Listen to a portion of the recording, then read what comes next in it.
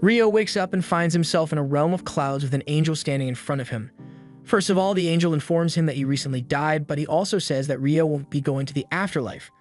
Long story short, that damn truck got another one, so now Michael has to send Rio to another world so he can start a new life.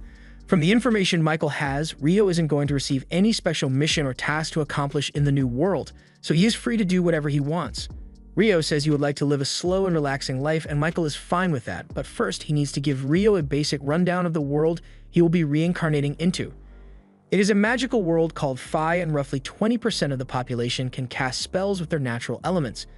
With that said, the element Rio is most compatible with is water, and since he requested a slow, relaxing life, Michael took the liberty of setting up a small house with a starter pack and a barrier around it to keep monsters away. As a part of his starter pack, Michael has also prepared an ice house with 2 months worth of food in storage, so Rio won't have to worry about going hungry for a while. He also bought a book with detailed descriptions of all the monsters Rio might encounter in the area. This is going to be helpful when Rio eventually encounters the beasts of the forest, but for now, he wants to try out his new magic. He heads outside and yells out the incantation water ball, causing a sphere of water to appear in his hand, so magic seems a lot easier than he expected it to be. But he can also do it by just thinking of a water ball, so the incantation isn't really necessary. Now that he knows he can use magic, he heads straight for the bathhouse and starts filling the tub with water, but he soon realizes that he only knows how to make warm water. There's no way he can enjoy a bath that isn't hot, so he heads outside and immediately starts working on a fire to heat up the water. But unfortunately, he has no idea how to start a fire like this. He eventually gives up and lays down on his back, but then he looks up at the sun, and it gives him a good idea. Rio grabs a basin and fills it with water, then he tries focusing on it to compress the water while removing the heat. Eventually, ice begins to form, and after a little more practice, he is able to shake the ice into a magnifying glass so he can use the sun to start a fire. He then uses that fire to heat up a nice bath, so by the end of day 1, he can finally relax. With what he learned from creating the ice, he should be able to create hot water on his own if he just adds heat to the water instead, so he will have to start practicing that soon.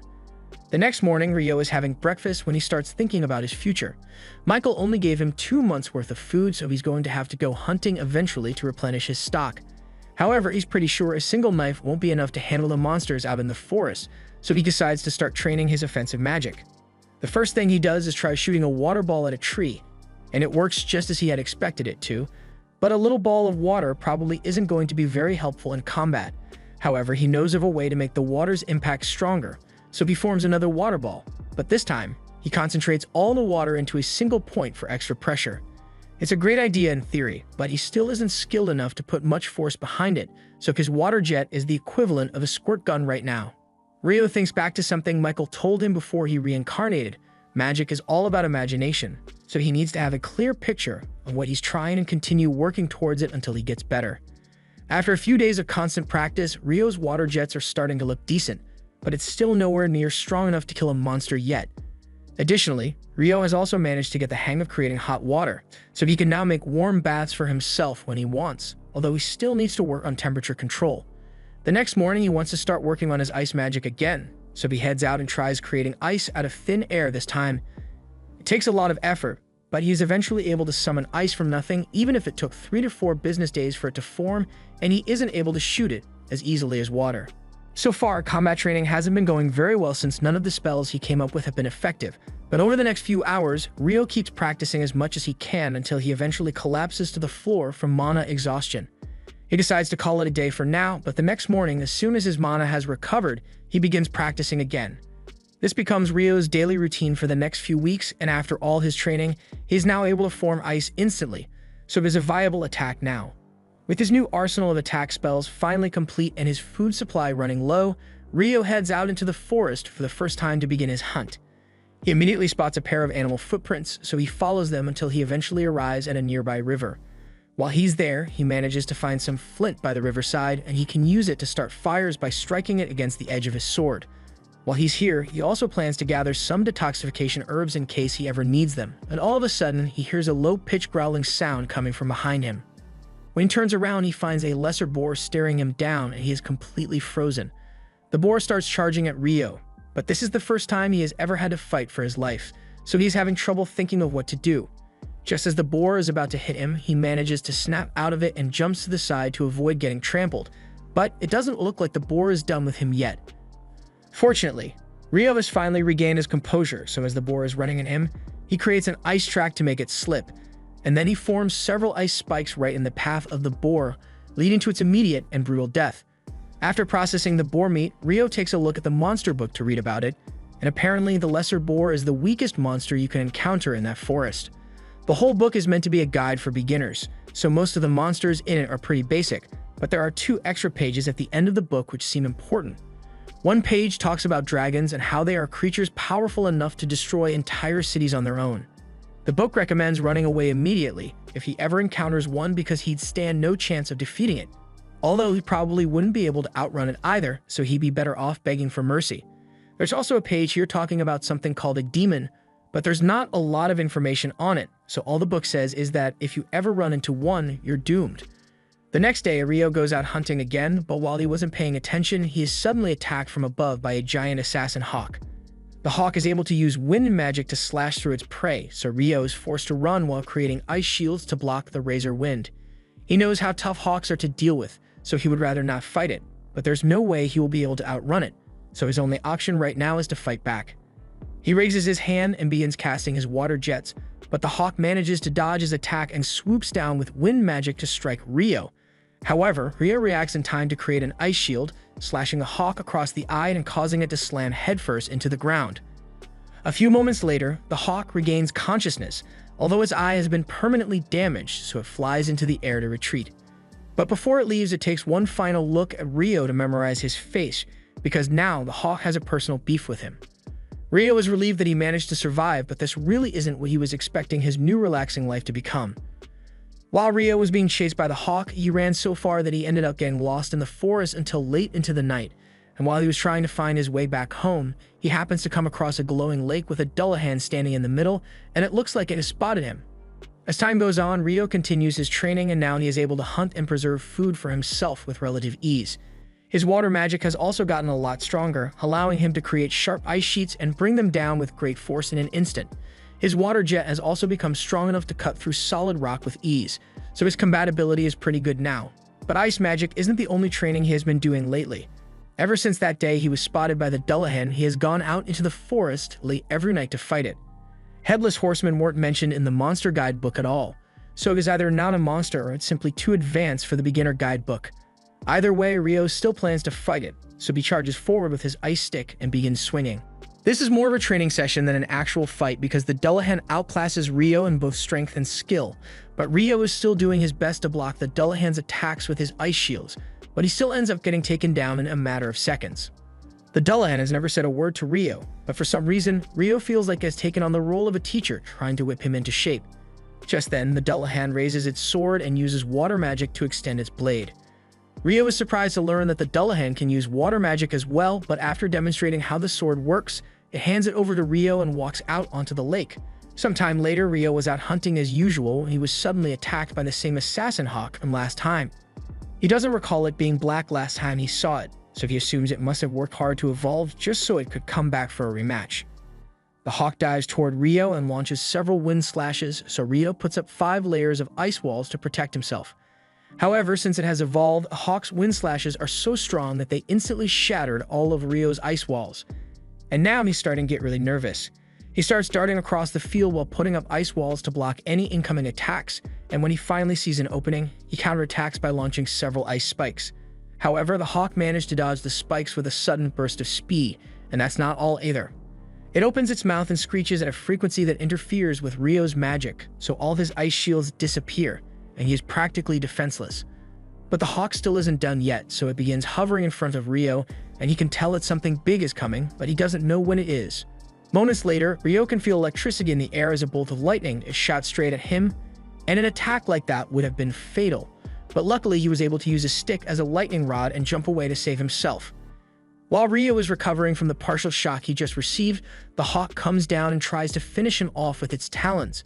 But at the last second, Rio pulls out his ice sword and parries the attack.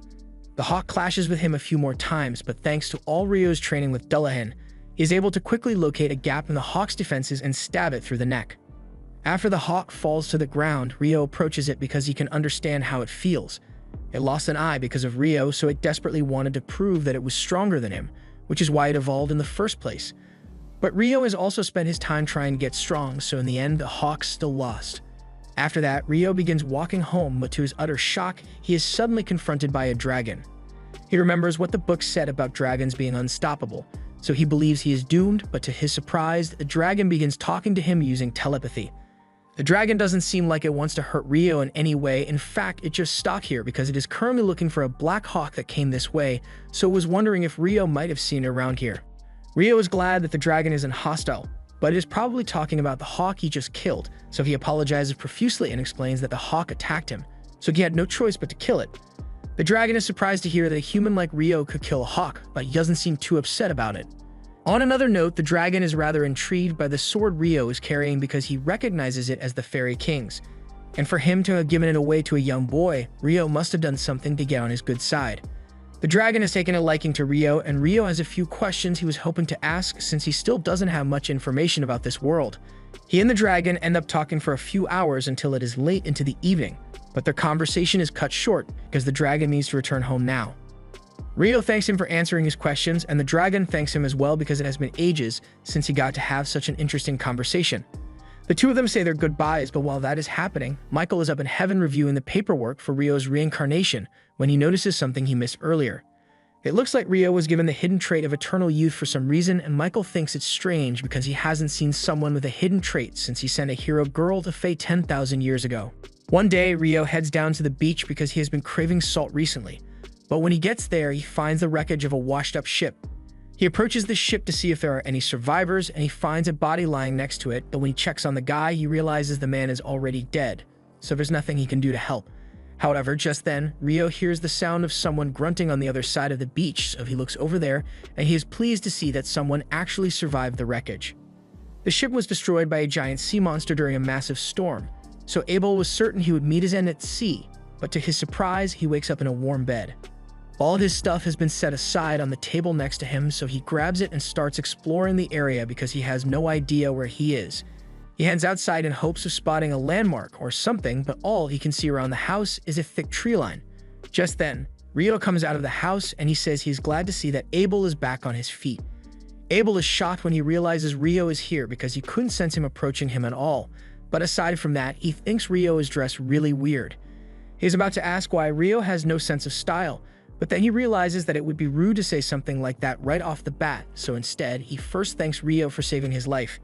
Rio says there's no need to thank him since all he did was carry Abel's body here, but unfortunately, Abel was the only one left alive by the time Rio found them, so the rest of the people aboard the ship are long dead. Abel is a bit surprised that other people washed up alongside him, but he tells Rio that he doesn't have time to worry about their deaths too much because everyone else on that ship was an illegal smuggler. Rio isn't exactly sure what Abel means by smugglers, but for now, Abel must be pretty hungry after surviving a wreck like that, so Rio offers to make some lunch for him. While they are eating, Abel eventually asks Rio why he's wearing nothing but a loincloth, so Rio explains that he doesn't have any clothes to wear. Abel asks why Rio doesn't just go out and buy some clothes, but then he stops himself because he thinks Rio may not have enough money to buy necessities for himself, and it would be rude to bring that up now. Rio is indeed broke AF right now, but even if he had money to spend, he wouldn't be able to buy anything because there are no towns or villages anywhere near his house. Abel is shocked to hear that, but for someone living out here on their own, Abel is impressed by how well Rio is doing for himself. He asked Rio if he used that knife on the table to hunt for the meat they are eating right now, but Rio says the knife is mainly for butchering his catches.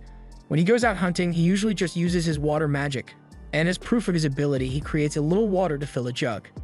Abel is amazed because even on the Central Plains, only about half of the people there can use magic. Rio, on the other hand, is shocked to learn that magic is so common since Michael told him that only 20% of the population can wield magic. After lunch, Abel asks Rio to lead him back to the shipwreck because there's something there that he needs to check. Rio agrees to lead Abel back to the coast, and while the two of them are walking, Abel asks Rio why he doesn't use a magic staff even though he's a magician. Rio is a little confused since he has never needed a staff, but Abel then realizes that if Rio can't buy clothes, then of course he wouldn't be able to buy a staff either. To make up for his rudeness, Abel asks Rio to let him handle all the fighting if they run into any trouble along the way. Rio tries telling him that that won't be necessary since he can already handle all the threats in the forest on his own, but Abel insists since he wants to contribute somehow. The two of them eventually arrive at the wreckage, but to Rio's surprise, all the bodies have disappeared. He thinks a monster must have shown up and eaten the bodies at some point, so Abel was really lucky that Rio found him before anything bad had happened. After searching the wreckage for a while, Abel realizes that what he's looking for isn't here, so he stops looking. Rio asks him what he plans to do now, so Abel says he's going to regroup with his friends, although that's a lot easier said than done. Heading to the town of Loon would be a good start towards getting him back to his friends, but he's pretty sure that this place is way down south of Loon, and he has no idea how long it will take for him to get back. He fears he may have to brace himself for a long and lonely journey, but then he comes up with an idea and asks Rio if he'd like to come with him. Rio is a little stunned by the offer, but Abel says he's not familiar with this area at all, so he can really use a guide to help lead him back. Rio thinks about it for a second, and there really isn't much reason for him to stay here at this point. He is also curious to learn about what the other people of this world are like, so he agrees to accompany Abel. However, he has a few things he needs to take care of first, so he asks if it's okay for them to leave tomorrow morning. Abel has no objections, so they head back to Rio's house for now, and later that night, Rio prepares to head out into the forest alone. Abel thinks it's odd that Rio would want to go out to see someone at this time of night, especially since he said there were no other people in this area, but he also doesn't want to pry into Rio's personal business too much, so he doesn't say anything. Rio heads into the forest and eventually meets with Dullahan. He informs them that he will be leaving the forest for some time, and this may be the last time they get to spar together for a while, so he plans to fight as hard as he can. Rio readies his sword and charges at Dullahan, and Dullahan is still able to block all of Rio's attacks, but with how much Rio has improved, his attacks are strong enough to actually push Dullahan back for a change. However, Dullahan's skill is still far greater than that of Rio's, so after a long battle, Rio falls to his knees in defeat. Now that their match is over, Dullahan slowly starts walking back out onto the lake, so Rio gets up and thanks it for all the training it has given him. It's all thanks to Dullahan's help that Rio has been able to survive in this forest for so long, and Dullahan has come to think of Rio as his precious student, so as a parting gift, it presents Rio with a special robe, and Rio is really grateful. The next morning, Rio and Abel are finally ready to leave on their journey, and as they walk away, Rio says one final goodbye to his first home in this world.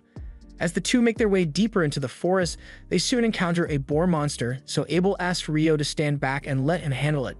He draws his sword and charges at the boar while calling out a combat skill called Total Impalement, and in an instant, a hole is blown clean through the boar's body. Rio is amazed by what he just saw, so he asks Abel what combat skills are, and Abel explains that those who can't use magic fight with techniques called combat skills, which allow them to do incredible things like what Abel just did to that boar.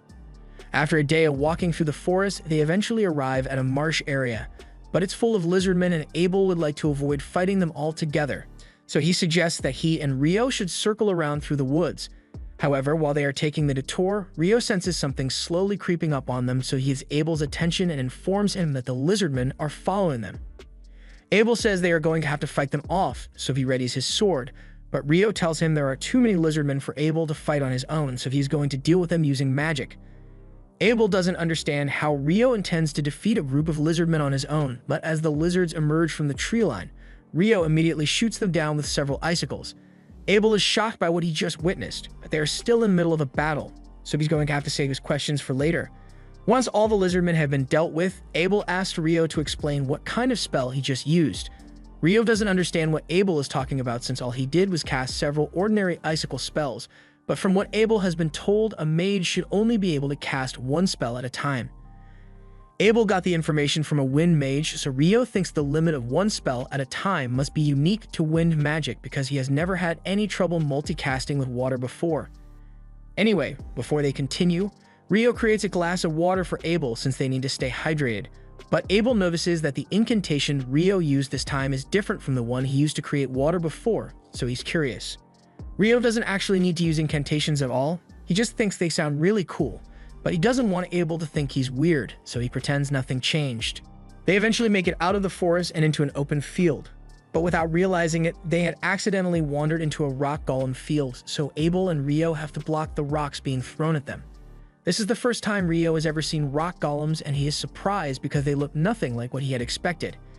Abel runs ahead and tries using his Total Impalement skill on the golems, but even though he managed to carve a hole through one of them, the golem seals itself back up in an instant, so he won't be able to make much progress like this. Since the golems are able to heal, Rio thinks they need to destroy them in one attack, and he has the perfect spell in mind for the job. He asks Abel to give him some space because he has something he wants to try, and once Abel is out of the danger zone, Rio uses his magic to summon an ice cube, a really big one. He then drops the cube on two of the golems, and even he is a little scared by how destructive that attack was. He does the same thing to the rest of the golems until there's only one left, but this one isn't moving anymore for some reason. Rio assumes the golems must have been absorbing energy from the ground to power their attacks, so now that this one has fallen over, it can't do much anymore. They also spot a massive magic stone at the bottom of the golem, so they plan to take it with them, but it's too bad that they can't get any more since all the other golems were crushed. The two of them set up camp for the night, and while they are talking, Abel mentions something about dungeons having monsters like golems. As soon as Rio hears the word dungeon, he becomes incredibly excited and asks why Abel didn't mention anything about dungeons earlier. Abel didn't think Rio would be so interested in the topic, but if he really wants to see a dungeon so badly, then he's in luck, because the only dungeon in the Central Plains is located in Lune, the town they are headed for. Rio asks if there's anything else he should know about, so Abel asks if he knows about the dwarves and elves. Rio has heard a little about them, but he wants some more details, so Abel explains that dwarves are strong, short people who are good with crafts, and there are quite a few of them in Lune. But as for elves, most of them live in wooded areas and don't interact with humans often, so Abel only knows of one elf in Lune. The next morning, the two continue heading north, and Rio says that once they make it past those mountains over there, they will find human civilization. Abel has been trying avoiding prying too much into Rio's personal matters, but he's really curious as to how on earth Rio knows where he's going when he has never actually been to a human village. The truth is, Rio got all this info from his conversation with the dragon, but he is pretty sure saying that would freak Abel out, so he tells him he's better off not knowing. A few moments later, Rio senses something terrifying nearby, and to both his and Abel's horror, they are confronted by a giant griffin. Neither of them has what it takes to defeat a monster like this, so Rio thinks quickly and reaches into his pouch, throwing the meat he saved for later into the air. Abel does the same, and the griffin immediately snatches it out of the air. It now has enough food for the day, so it decides to leave the two of them alone, and they are both incredibly relieved that they managed to survive. Abel says monsters like griffins haven't been seen near humans for centuries, so it is likely that this mountain is keeping a lot of the more powerful monsters away from civilization. But if that's the case, then they are bound to run into even more monsters here. And it looks like he was right, because not long after, they both encounter a group of wyverns. Abel thinks they should circle around to avoid fighting them, but that would take way too long on a mountain, and besides, while the griffin may have been too much for Rio to handle, he knows he's strong enough to beat the wyverns, so he runs out from cover and uses several icicle spears to bring the wyverns down. Abel is astonished by how easy that was, since wyverns usually require 20 adventurers to defeat, but as long as they made it out in one piece, he's not complaining. Rio and Abel continue fighting their way through the mountain after that, and eventually, they manage to make it to the other side, so they are one step closer to making it back to civilization. After a few days of fighting their way through the mountains, Abel and Rio finally make it out into the plains. Rio is a little disappointed since he was having so much fun slaying all those wyverns, but Abel doesn't understand how he could call that fun. However, he does admit that all the wyvern stones they collected are a nice bonus, so this trip was really productive. Abel eventually spots a road in the distance stretching from east to west and recognizes it as the one that leads to the town of Kailati, so if they go in that direction, they should arrive pretty soon. Rio is looking forward to seeing what the cities in this world look like, and since they'll be stopping in Kailati for a while, Abel suggests Rio should try the food there because it's really good. The two eventually arrive in Kailati, and the first thing they do is head to a restaurant. There, Abel tells Rio that he should probably register at the Adventurers Guild once they get to Lune, since it would act as an identification card for him. That way, he'd be able to travel to any city in the kingdom without Abel needing to vouch for him like he did for Rio to get into Kailati. Additionally, Rio would also be able to sell all the magic stones he collected at the guild, so it's the natural thing to do. Just then, their food arrives, and Rio is shocked when he sees what's in the plate in front of him, because it's curry. He never even considered that curry might exist in this world, and as someone who has been eating bland meat and vegetables since he got here, he is dying for some spice. The next day, Rio and Abel leave Kailati to continue their journey, and after a while, they finally arrive at the city of Lune. As they approach the gates, the guard posted out front recognizes Abel, and he is shocked to see him because he was declared missing months ago. Abel says it's a long story, but basically the only reason he made it back alive was thanks to Rio. Nymer enthusiastically shakes Rio's hand because he is grateful that he saved his friend. Nymer is still on guard duty, so he doesn't have time to catch up properly with Abel, but he does ask where Abel is headed. Abel says he's going to go to the guild first, since everyone there is probably still worried about him. and while they are at it, he plans to get Rio registered as an adventurer. Normally, you'd start out as an F rank, but with an endorsement from a high-rank adventurer like Abel, Rio should be able to start at D rank. Anyways, when your rank is high, you'll be allowed to take on quests with higher difficulty, and in turn, you'll get better rewards. But considering the number of Wyvern gems Rio got, Abel doubts he will need to worry about money for a while. Rio asks if Wyvern gems are really all that valuable, and according to Abel, they are so valuable that selling them all at once might cause the market to crash. So he's probably going to have to let the guild master figure out what they should do with them. Once they arrive, Abel walks in, and as soon as he is seen, everyone gathers around because they all thought he was dead. It's clear that Abel is really popular here, and Rio doesn't want to get in the way of Abel's reunion, so he decides to step out for a moment. He starts taking a walk through the city when all of a sudden, he bumps into an elf girl, and she happens to recognize his robe as one that can only be gotten from the King of Fairies. If Rio was given a robe, then the King of Fairies must have really taken a liking to him. She thinks Rio is interesting, so she'd like to talk to him, but she's got urgent matters to attend to, so she has to go. Rio is about to chase after her, but at that moment, Abel comes out looking for Rio because he wants to introduce him to all the people at the guild. Abel tells everyone that if it weren't for Rio, he never would have been able to return home. The guild patrons are all really thankful for Rio's help, so they give him a warm welcome, and Rio is starting to like it here. After Rio's introduction, Abel takes him to the front desk so he can get registered, and while he's there, he asks the receptionist, Nina, if it would be possible to raise Rio's rank to D with his endorsement. Nina is surprised to hear this since Abel has never endorsed someone before, but Rio is more than qualified. Nina says there should be no problem ranking Rio up, but they will still need to do a proof of strength test, so Abel plans to go talk to the guild master about it. Nina says the two of them can wait in the meeting room while she calls the guild master over, so Rio and Abel take a seat. As soon as the guild master is informed that Abel has returned, he rushes into the meeting room, and he is incredibly relieved to see that Abel is still alive and well. Abel apologizes for making the guild master worry so much about him, but Hugh is just glad to see him again. He then notices the young magician standing in the back, so Abel introduces Rio as the boy who saved his life. Anyway, Abel mentions that he was hoping to rank up Rio's registration with an endorsement, and Hugh is fine with that. But he's still going to need to confirm Rio's strength before he can authorize any upgrades. Abel tells him that won't be a problem because Rio is a lot stronger than he looks, and as proof, he shows him the bag full of wyvern stones. After inspecting the stones, Hugh confirms that they indeed belong to wyverns, but he is starting to get concerned because if there are this many wyverns in the area, they could overrun the country in an instant. Abel assures him that he doesn't need to worry about that since the wyverns they encountered were south of the Malefic Mountains, so they won't be coming here anytime soon. Rio is baffled by the mention of the Malefic Mountains because he has never heard of that place before, but Abel explains that those were the mountains they passed through to get here. The Malefic Mountains are so dangerous that even high-rank adventurers don't go anywhere near it, so the fact that Rio and Abel made it through these mountains alive is an amazing feat on its own.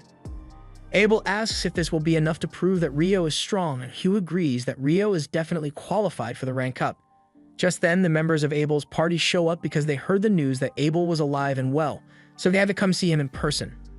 Abel apologizes to his teammates for making them worry, and they probably got a lot of catching up to do, so Hugh says he will let them use the meeting room while he gets started on the paperwork for Rio's rank up.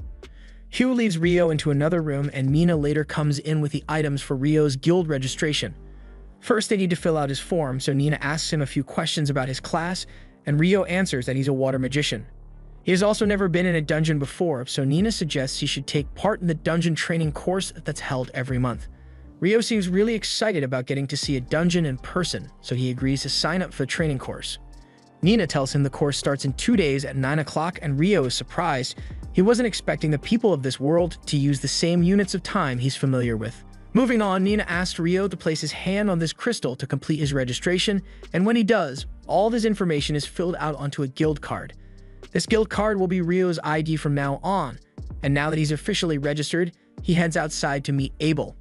He asks what Abel wants to do now, and he says he intends to buy Rio some new clothes and a staff as a way of showing his appreciation, and Rio appreciates the gesture, but he has never really needed a staff.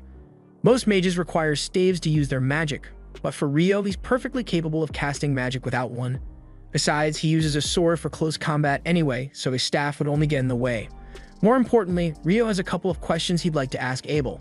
They spend a few hours talking, and Rio finds out that this world uses a 24-hour day system just like Earth with 7 days a week and 30 days a month. It also uses the metric system for measurements, so Rio assumes someone must have been reincarnated here before him and had a huge impact on the way the world works now. It's getting pretty late now, so Abel thinks it's about time he heads back to the guild, and as the guest of honor, he says Rio has to come too. Rio doesn't know what he means by that at first, but when they return to the guild, he realizes that a party has been organized for him and Abel. Everyone is in a good mood, so the party is really lively. Almost a little too lively, in fact, because by the next morning, Rio is absolutely exhausted. Nina apologizes on behalf of everyone for tiring Rio out so much, but he says it's fine since it's partially his fault for drinking so much anyway. Rio will be staying in the guild's lodging for the time being, so Nina leads him to his room and introduces his new roommates. This one is Nils, while the blonde one in the back is named Ito, and they are both pleased to meet Rio. Since everyone seems to be getting along, Nina tells Rio that she needs to get back to the reception desk, so she'll be leaving now. But before she goes, she reminds him that the dungeon tutorial class is tomorrow, so he had better not be late. Once Nina is gone, Nils starts talking about how hot he thinks she is, but Ito tells him to give it a rest already because there's no way Nina would go out with a bum like him. Moving on, Ito greets Rio and says he'd like to keep things casual here so they can become friends. Rio says he'd like to be friends as well, and Ito is glad to hear it because he was worried Rio might be a stuck-up jerk like Dan from room 1. A moment later, there's a knock at the door, and it turns out to be Nina again. She apologizes for the interruption, but she just got a newly registered adventurer in need of lodging, so she wants to set him up in this room as well. He says his name is Amon, but the others are surprised that he's an adventurer since there's no way he's old enough yet. Amon admits that he's still only 16, but both his parents are dead, so he didn't have many options to make a living. Ito tells Amon that it's nothing to be ashamed of since that's how most people end up becoming adventurers in the first place, and apparently, Amon plans on taking the dungeon course tomorrow as well, so Nina asks Rio to go with him. While Rio is getting acquainted with his new roommates, Abel is telling his party members all about what happened while he was crossing the Malefic Mountains, but the mage, Lynn, simply refuses to believe that a boy like Rio is capable of such strong magic.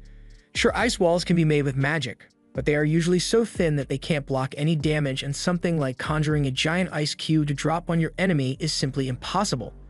Abel asserts that he saw Rio do it with his own eyes, but Lynn still can't accept it.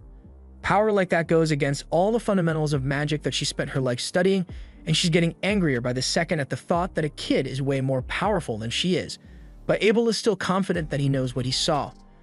From what Abel has described, the only other person with similar abilities they can think of would be the famous Inferno Magician. The Inferno Magician is a legendary hero capable of wiping out thousands of Imperial soldiers with a single chant and burning wyverns to ash in an instant. It feels absurd to compare Rio to someone who is so renowned, but if his power truly is on the level of the Inferno Mage, then Raiha is worried about what might happen if Rio were to turn against them and join the Empire. However, Abel is certain that that will never happen because Rio doesn't think the Empire of Debui sounds cool, and that's what he cares about the most. A few days go by and Rio has been diligently attending the dungeon training course, but for today's lesson, the instructor tells everyone that they'll be heading into an actual dungeon for the first time. He asks if anyone has any questions for him regarding the dungeons, so Rio raises his hand and asks if there are any teleportation mechanisms that allow you to travel to floors that you've previously cleared. The instructor is impressed that Rio was actually aware of that, but while things of that nature do exist in the southern dungeon, he tells Rio that he won't find any around here. A little while later, everyone arrives at the dungeon entrance, and the instructor explains that the city of Loon was actually built around the dungeon, so it is pretty much right in the center. Every couple of years, something called the tidal bore happens, meaning the monster population inside the dungeon rapidly rises, and such an event puts the people in the town at risk of being attacked, so these double walls were built to keep the monsters contained. Rio thinks it's interesting that Loon has an outer wall and an inner wall as well, but Amon is just worried because the tidal bore event seems really scary. The instructor assures him that there's nothing to worry about since the tidal bore only happens once every few years, so the chances of one happening right now are insanely slim. The group soon arrives on the first floor of the dungeon, and the instructor tells them that there are only basic monsters on this level, so everyone is free to explore as much as they'd like, but they should still stay close by in case of an emergency. Rio and Amon go off on their own to search the area, and a little while later, Rio senses a monster up ahead, so he tells Amon they'll deal with it together. As they advance through the cave, they eventually spot the monster, and this one is just a regular soldier ant, so Rio tells Amon that he's going to pin it to the ground, and when he does, he wants Amon to finish it off. Amon says he understands the plan, so Rio casts ice magic to pierce the ant's limbs, and while it is immobile, Amon runs up to it and slices its head off. Rio congratulates him on his first successful monster kill, and Amon feels really good about himself, but there's still more to be done since they need to harvest the magic stone from the Ent's corpse before they return. Later that night, Rio and Amon get back to the guild lodge, and when the other two hear that they successfully completed the course, they hold a celebration for them. Ito is honestly impressed because he didn't expect Rio and Amon to be able to defeat a soldier ant on their first trip into the dungeon, but Amon says he didn't really do much. It was Rio who held the monster down for him, but Rio says Amon deserves at least a bit of credit because he was the one who dealt the finishing blow. Nils asks the two of them what they plan to do now that they are dungeon certified, and Amon says he'd like to go back to the dungeon and continue exploring, but the thought of going in alone terrifies him, so he's not sure what to do. Rio says he'd be happy to go in with Amon if he's looking for a partner, since he was planning to go down to the third floor of the dungeon anyway. Something about that ant being on the first floor has Rio curious, because from what the instructor said, only bats should have been on that floor.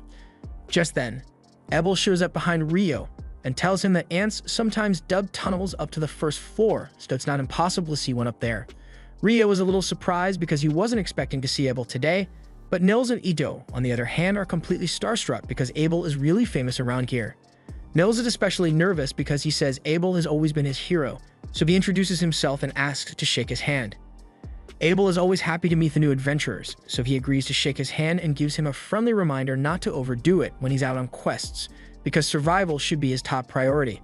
Rio asks Abel what he's doing here at this time of night, so he explains that he and his party actually just got back from a particularly long quest, so they are here to debrief the guild master on what happened. Speaking of his party, they walk in looking for him, and they are getting sick of Abel sneaking off whenever they have meetings to get to. So Warren throws him over his shoulder and carries Abel out of the room. Rio finds the whole thing amusing, but then he notices Lynn staring at him like she's got a bone to pick even though he barely knows her.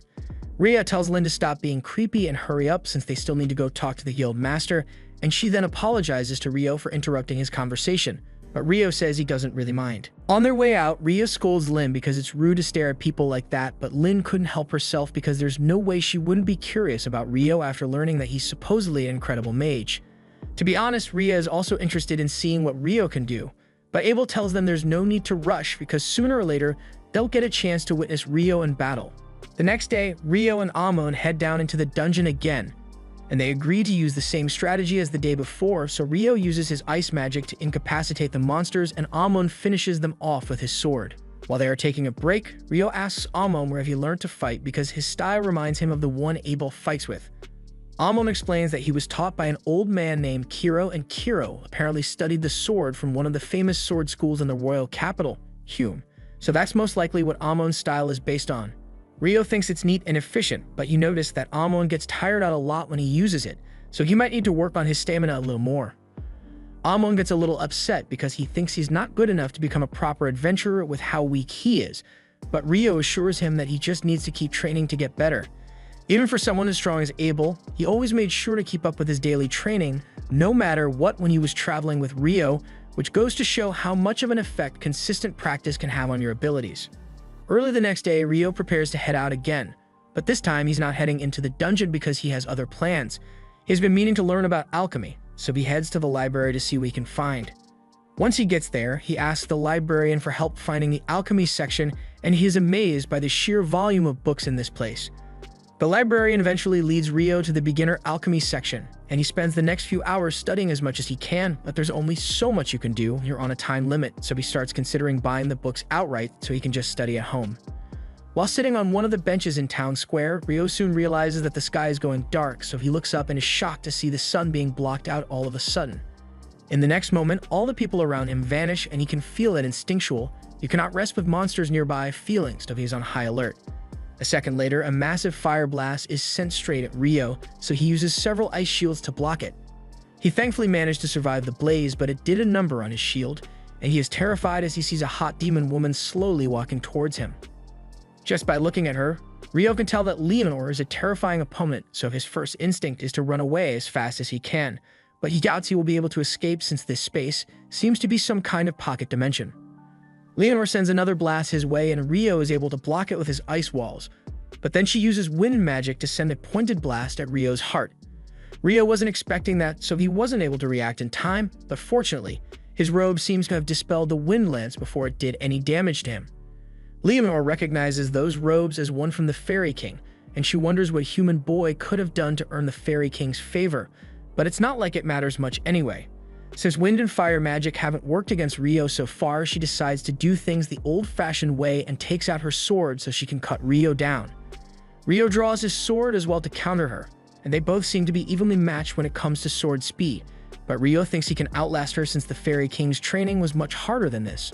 Leonor tries using her magic to give herself the edge, but Rio's casting speed is much quicker than hers, so he cancels out her spell before she's even done with it.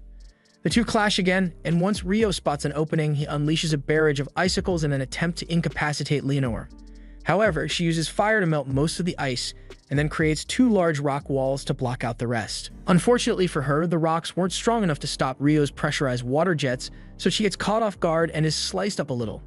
Rio takes the opportunity to rush in for a finishing blow, but when he clashes swords with her, he notices that her wounds are healing, so she must have a healing factor, and minor scratches like that probably won't be enough to slow her down.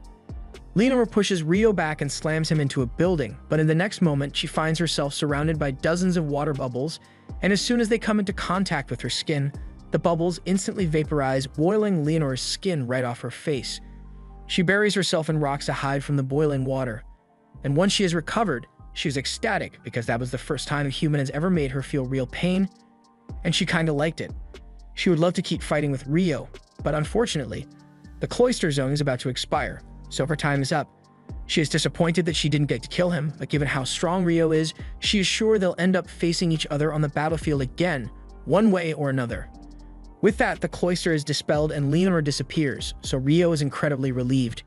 He realizes he really needs to step up his game because if it weren't for this magic robe, he would have a hole in his chest right now. But since he won't have to deal with Leonor again for a while, he decides to go buy those books he was thinking about before she showed up.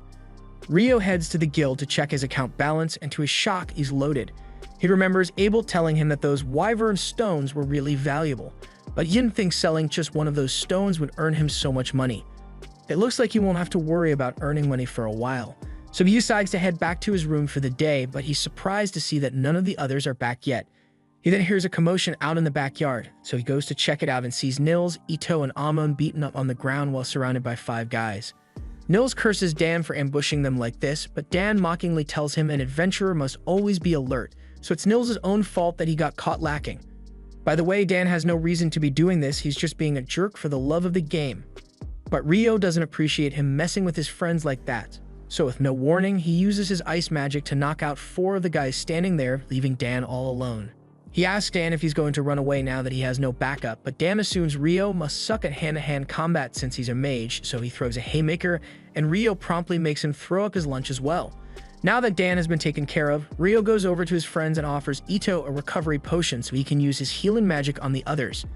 Even though he got jumped, Nils feels terrible about letting himself get beaten by Dan, but Rio tells him it's not his fault since he must have been exhausted from doing dungeon runs with Amon all day.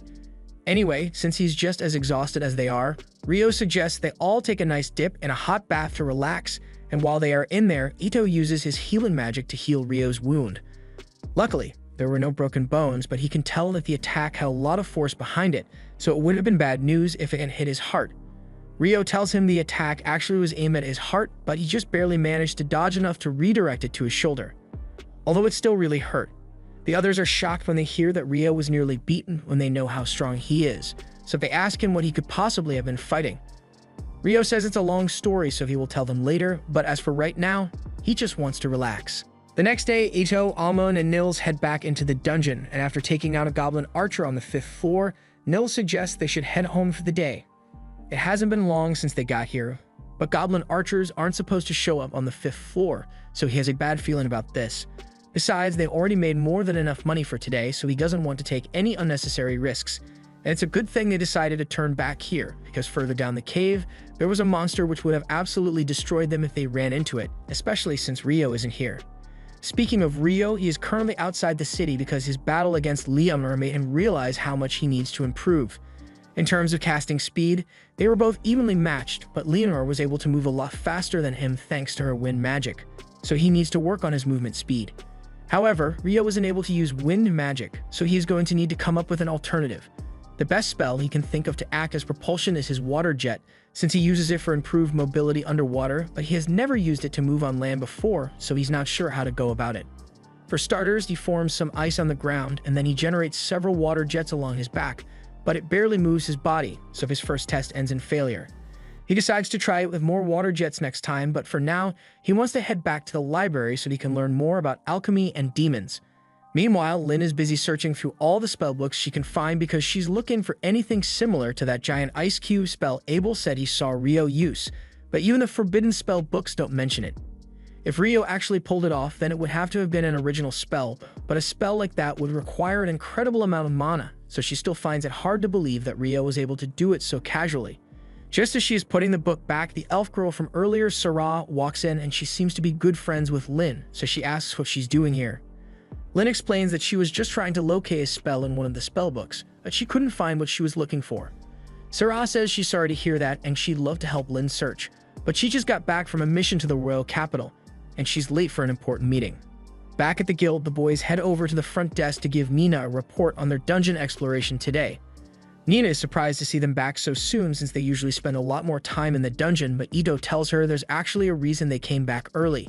He shows her the magic stone they got, and after inspecting it, Nina confirms that it really does belong to a goblin archer. A goblin archer showing up on the 5th floor is practically unheard of, so she rushes off to inform the guild master, but before she goes, she thanks the boys for the valuable intel. Once the guild master hears the news, he is just as shocked as Nina was because goblin archers aren't meant to show up until the 10th floor, so encountering one on the 5th floor means something is terribly wrong. The guild master asks Nina how many high-ranking parties are still in Loon at the moment, and right now, the only ones available are Abel's party, Crimson Sword, and a White Brigade party, so the guild master asks Nina to call them here so he can deliver the news in person. A little while later, Abel and the others arrive at the guild in response to the guild master's summons, but Abel isn't exactly thrilled because he heard White Brigade is going to be here as well, and he hates having to talk to their leader. Once they arrive, Abel sees the leader of White Brigade, Phelps, already seated, so he gives him a shallow greeting. And now that everyone is here, the guild master informs them that he called them here because he'd like them to investigate the recent strange occurrence in the dungeon. Just recently, a group of new adventurers claimed to have run into a goblin archer on the 5th floor. Abel asks him if he is certain that a goblin archer really appeared so high up, and the guild master says he has already been given irrefutable proof, so the intel is correct. That's why he wants to hire both parties to go investigate the dungeon in order to check for signs of the great tidal bore. It has been 10 years since the last one, so there's a good chance that another tidal bore is going to happen soon, and they need to be prepared. Both parties will be paid 100 gold up front and 200 upon their return, but the goal of this mission is simply to investigate, not to fight, so if they find evidence of the tidal bore, they are to return to the surface immediately and inform him. From there, the guild master will close the double walls around the dungeon until he gets back up from the regional knights. The guild master has already gotten permission from the local lord for it, but he still needs to inspect the dungeon to take any action, so he asks them if they are willing to take the job. Both Abel and Phelps agree on behalf of their parties, so the investigation is set for tomorrow morning. The next day, Rio wakes up early because he plans to go to the city's northern library to learn more about alchemy. Ito tells him the northern library is only accessible to people who are D rank and above, but that won't be a problem for Rio. Although Amon remembers hearing rumors that the forbidden texts in that library are only accessible to B rank or higher, so Rio won't be able to get his hands on those. A little while later, Rio arrives at the northern library, and the book selection here is even larger than that of the southern library. This place is so big that he's probably going to need help finding the books he's after, but people would probably look at him weird if he started talking about demons all of a sudden. But just as Rio is climbing a set of stairs, he happens to run into Sarah, and they are both surprised to see each other here. Meanwhile, over by the dungeon, the members of Crimson Sword and White Brigade have both gathered outside the gates to prepare for the investigation, but just as the guild master is about to open it, Abel stops him because he has a bad feeling about this. He asks Lynn to use wind magic to scan the first layer of the dungeon before they go in, and when she does, she finds over 100 monsters posted up right at the entrance, meaning the tidal bore has already begun.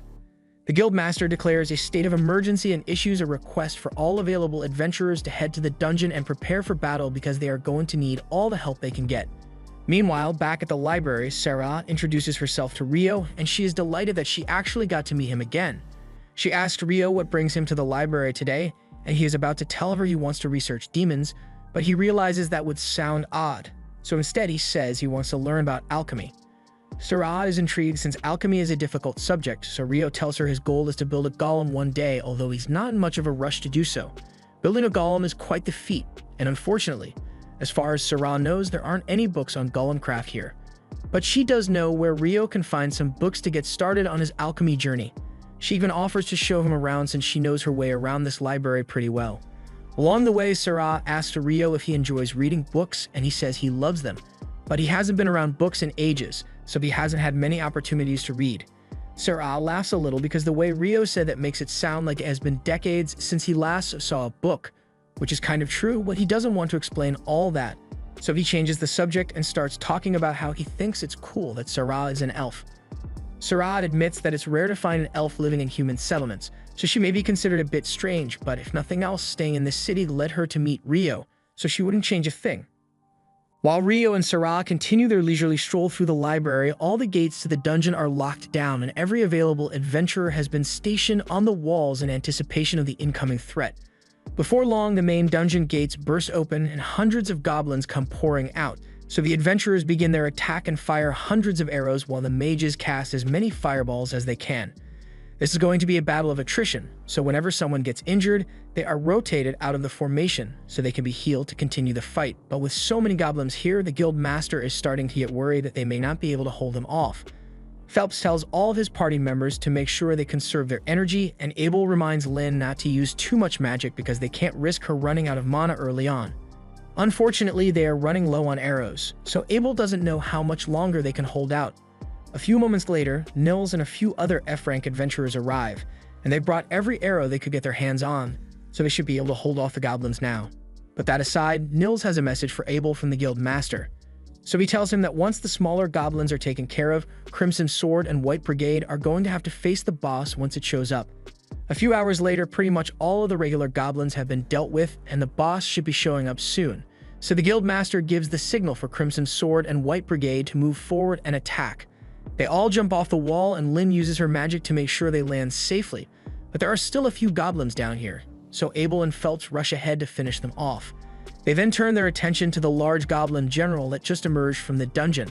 But to their surprise, it's not just one, it's 3 separate goblin generals. This is bad news since having 3 generals means that there must be a goblin king nearby, so they need to finish this quickly.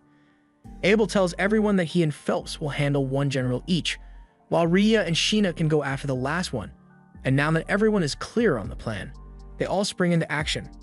Abel evades one of the goblin's strikes and manages to cut its arm off, so it shouldn't be too hard to take the goblin generals down, but just then, he notices something off inside the dungeon, so he yells for everyone to get down immediately. In the next moment, a wind slash is sent straight at them, slicing all the goblin generals in half, but luckily, everyone else managed to duck in time to avoid getting bisected. The one responsible for the air slash was the Goblin King, and it clearly won't be as easy to defeat as the others, so Abel and Phelps rush in to try and catch it off guard. However, when Phelps tries to pierce it with his spear, it bounces right off the Goblin King's armor. Phelps is forced to pull back since he can't do any damage to it, but Abel isn't slowing down at all. He charges straight at the Goblin King and uses his perfect shadow technique to evade its attack before piercing its chest. That wasn't enough to kill the Goblin King, but Abel never expected to finish it off on his own.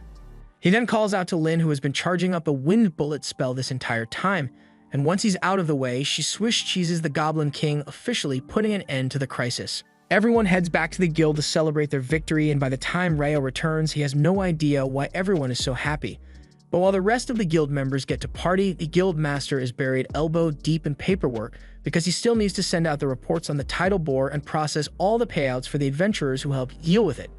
And on top of all that, researchers from the royal capital are bound to show up sooner or later asking to collect data on the tidal bore, so he's going to have to deal with them too. Meanwhile, at the party, Abel has just finished explaining everything that happened with the tidal bore while he was in the library when Abel's friends show up. Lynn has been meaning to ask Rio in person for a while now, so she tells him she wants to know if he can really create thick ice walls at a distance. Rio confirms it, and to be exact, he says he can cast spells up to a distance of around 40 meters away, but it took him a long time to get the hang of it, so it's not as easy as he makes it look. Even with that being the case, Lynn has never heard of someone being able to use magic at such a distance, so she asks Rio if it's some kind of original spell, and if so, then she wants to know what incantation he uses to cast it. Rio says he'd be glad to show her later, but as for the incantation, he kind of just makes it up on the spot, so she can use wherever she wants. Just then, Nils points out that most of the food is already gone, so if Rio doesn't hurry, he won't get anything to eat. He excuses himself to go grab some food, but Lin is still confused by what he meant when he said he just goes with the flow for incantations. Abel then informs her that Rio only uses incantations because he thinks they are cool, but he is perfectly capable of casting spells without saying a word, and that sounds even more absurd to her than the ice walls did. Early the next morning, Nils, Ito, and Amon all gather at the guild to look for a job, but they are disappointed to see the job board completely empty. Just then, Rio happens to walk by, and he asks what the three of them are doing since they usually be out working by now. Unfortunately, after the tidal bore yesterday, the dungeon was closed down for inspections, so they won't be able to go there for a while. They were hoping to find a resource-gathering job to get by in the meantime, but with all the items that were dropped during the tidal bore, there isn't much demand for resource gathering. Their problems aside, they ask Rio what he's doing, so he tells them he is actually looking for some magic copper ore because he needs it to begin practicing alchemy. Ito recalls hearing that magic copper ore is super expensive, and Rio tells him he's right since the last store he went to told him it would cost 50 gold pieces for a single copper piece. The money isn't really of much significance to Rio since he's loaded, but he wants to help his friends out, so he asks them if they'd be interested in gathering some magic copper ore for him. He says he's willing to pay them 4 gold coins each regardless of whether they find any copper ore or not, and if they do find some, he will buy it off them for 25 gold coins. All three of them are stunned because that's more money than they've ever made in their lives, but Ito asks Rio if he's really alright with paying them so much. Rio says at the end of the day, if they find the copper, he will only have to pay them 37 gold, which is a lot cheaper than the 50 gold he'd have to pay to get the copper in town. So it's a good deal for him as well. Since they confirm that Rio is serious about the deal, the three of them rush off to begin their search, but once they are gone, Rio hears a commotion outside, so he goes to take a look. Downstairs, he sees Dan arguing with a group of knights who are pretty much trying to kidnap a girl in broad daylight. The girl clearly doesn't want to go with them, so when they try dragging her away, Don steps in and pushes the knight to loosen his grip on the girl. She is now free, but they have bigger issues to worry about because the knights still outnumber Dan 4-1, and they have swords, so there's no way he can win this fight. Meg's group leader prepares to teach Dan a lesson for daring to oppose a knight, but for some reason, as soon as he takes a step, he trips and falls to the ground. Everyone there is really confused since there's clearly nothing near the knight's feet, but the knight doesn't want to accept the embarrassment of admitting that he tripped over his own feet, so he accuses Dan of doing something to him. However, as he is trying to get back to his feet, he trips yet again. Shortly after, Phelps shows up and he is appalled by the actions of these so-called knights. At first, the knights try to threaten him since they technically have more power within the city than adventurers do, but their intimidation tactics don't work on Phelps because while he may be an adventurer, he is also a nobleman. His full name is Phelps Heinlein, and as soon as the knights hear that Phelps is from the Heinlein family, they realize they've messed up. Phelps's father, Alexis Heinlein, was the former Royal Knights captain, meaning the Heinlein family has a lot of authority over the knights, and Phelps could probably get them fired on a whim if he wanted to. And if he were around while they were trying to kidnap the girl, he probably wouldn't think twice about ending them, but right now, all he knows is that they were about to gang up on Dan, so he yells at them for being a disgrace to knighthood and says they should get lost before he changes his mind about letting them go. Once the knights are gone, Phelps looks up at Rio because he notices what he did earlier. He had already heard that Rio's magic was extraordinary from Abel, but seeing it for himself was still amazing because he has never witnessed anyone use magic at such a distance or with such accuracy. Of course, he doesn't plan to tell anyone that Rio was the one who made those royal knights slip since that would be a hassle for Rio to deal with, but he really appreciates Rio stepping in to help because he feels personally responsible for letting such rotten people become royal knights.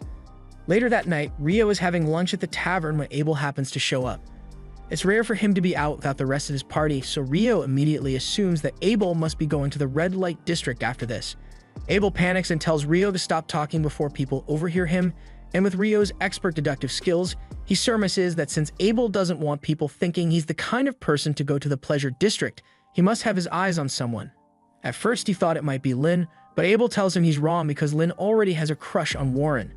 With that being the case, Rio concludes that Abel must have a crush on Ria, and gets even more panic trying to deny it, but that pretty much confirms Rio's suspicion. Abel's crush aside, Rio asks him what he's really doing out by himself tonight, and technically he is going to the pleasure district, but not for the usual reasons, and since Rio is here, he could really use his help. One of the dungeon investigators who was dispatched to Loon is an old friend of Abel's, and he was assigned royal knights to act as his guards while he's in town. Unfortunately, those guards are the same ones who Rio spotted earlier, and there have been many reports of them committing heinous crimes using their positions as knights. Abel heard that they were in the Pleasure District tonight, and they are bound to cause trouble at some point, so he wants to stop them before anyone gets hurt. As they are walking, Rio happens to notice two adventurers talking, but he has met every single adventurer in town by this point, and he doesn't recognize those two. Abel tells him that it's not uncommon for adventurers to travel to Loon to explore the dungeon, but the dungeon is closed right now, so it does seem suspicious, especially since the adventurers are dressed in all black and walk away as soon as they realize Rio and Abel are watching them. A little while later, Rio and Abel intentionally walk down a dark alley, and within moments they are ambushed by those shady adventurers. But Rio already saw this coming, so he knocks all of them out by dropping ice on their heads. To be honest, that was a lot easier than he thought it would be, but they still don't know what these guys were up to, so they are going to have to hand them over to the guards for interrogation. Meanwhile, elsewhere in the Pleasure District, Phelps is walking by himself when those knights sneak up behind him. Their leader still feels embarrassed about Phelps getting in his way earlier, so he and the others plan to kill him tonight. But just as they are about to draw their swords, they all realize they can't move for some reason. You see, this whole thing was a trap orchestrated by Phelps, because he is now aware of how sinister this group of knights truly is, and he would be a failure of a noble if he let them continue as things are, so he had Shenna hit them with paralytic needles. And with them stuck in place, he calls upon her fire magic, reducing their bodies to ash until not a trace remains. The next morning, the research team from the capital arrives in town, and just as the guild master had predicted, they immediately cause trouble for everyone by claiming today's entire food provision for their investigation. On top of that, Clive is also demanding that Hugh reopen the dungeon and give him some adventurers for protection while they investigate. Hugh tells Clive he is being unreasonable because they don't know what state the dungeon is in right now, and it could be really dangerous, but Clive reminds him that he has been given full authority over the investigation, so Hugh has to do whatever he tells him. The advisor, Arthur, apologizes to Hugh for Clive's behavior and promises to replace the supplies that were taken from the town, which Hugh greatly appreciates, but Clive still refuses to give up reopening the dungeon to go in. Hugh eventually concedes and says he is willing to open the dungeon for Clive, but he makes it clear that if anything goes wrong, neither Hugh nor the city of Loon will be held responsible. It will all fall on Clive's shoulders. He is starting to have second thoughts now that he realizes he will have to face the consequences if anything goes wrong, but he can't back down now after how much he has argued over this. He eventually agrees to Hugh's terms, but there's still a matter of finding adventurers to accompany the research team. A little while later, Rio is heading to the cafeteria when a girl comes running out and asks him if he can show her the way to the Adventurers Guild. Rio is on his way to get lunch, but since she needs help, he takes her to the guild. The girl's name is Natalie Schwarzkopf, and she's here to deliver a letter requesting the aid of Abel's party in defending the investigation team in the dungeon. Rio is surprised to hear that an investigation team is being sent down there since the dungeon is closed, but Abel is sure someone must have pulled some strings to force Hugh to reopen it. The reason the dungeon was closed in the first place was because decades ago, after a tidal bore, an A-rank party was sent down to investigate, but none of them ever returned. Even her leader, who was practically an S-rank superhuman, was never seen again, and if whatever was down there was enough to take out an S-rank, the guild didn't want to take any chances. So from then on, it became policy to close down the dungeon whenever a tidal bore occurs. Rio is intrigued by the story, but he is also pretty hungry, so he's going to have to go now. Once Rio is gone, Lynn asks if Natalie is really part of the Schwarzkopf family, since they are renowned for their legendary water magic. Natalie confirms it, so Lynn asks her if she has ever heard of magic that allows a mage to create an ice wall at a distance. Natalie says she's not sure something like that is even possible, so Abel tells her that as hard as it may be to believe, Rio is actually capable of creating an ice wall 40 meters away, and on that note, he wants to warn everyone here that under no circumstances are they to pick a fight with Rio. And if they do find themselves up against him, they should just give up and surrender because there's no way they'd be able to beat him even if they all fought him at once. He also tells Natalie that if she ever needs help and she can't find any of them, then she should go to Rio for help. 3 days go by and Rio's friends finally get back from their mission, and they manage to gather 2 magic copper ores, so Rio pays them 90 gold coins in total, and they are really thankful because they won't have to work for a while with this much money. Meanwhile, down in the dungeon, the investigation team has already made it all the way to the 7th floor, but strangely, they haven't seen a single monster yet, so they continue heading deeper. Eventually, they happen to stumble upon a black square in the side of the wall, and none of them have any idea what it is since they've never seen anything like it before, but Clive is ecstatic since this is a prime anomaly for analysis. He immediately orders everyone to set up the measuring equipment so they can send data back up to the surface, and once they do, the analysis team, including Natalie, will begin scrutinizing the data to identify the anomaly. However, as soon as Clive's research team sticks the mana density gauge through the gate, everyone there is instantly teleported away, and the surface team loses contact with them. By the time they realize what's going on, they find themselves in the middle of a grassy plain, and thankfully, none of them seem to be injured, but they have no idea where they are, and they can't see Clive or his research team anywhere. Elsewhere in the fields, Clive had his team begin gathering data on their surroundings as soon as they can, because if his hypothesis is correct, then the gate must have teleported them all to a new location. That means there is a very real risk of being attacked, so everyone needs to be on their guard, but Clive is actually glad that this happened since it will give him greater insight into the theory that the monsters from the tidal bore originated from the 38th floor. And as the one who discovered the teleportation gate, he's sure to get a promotion to the head of the department once they get back to the surface.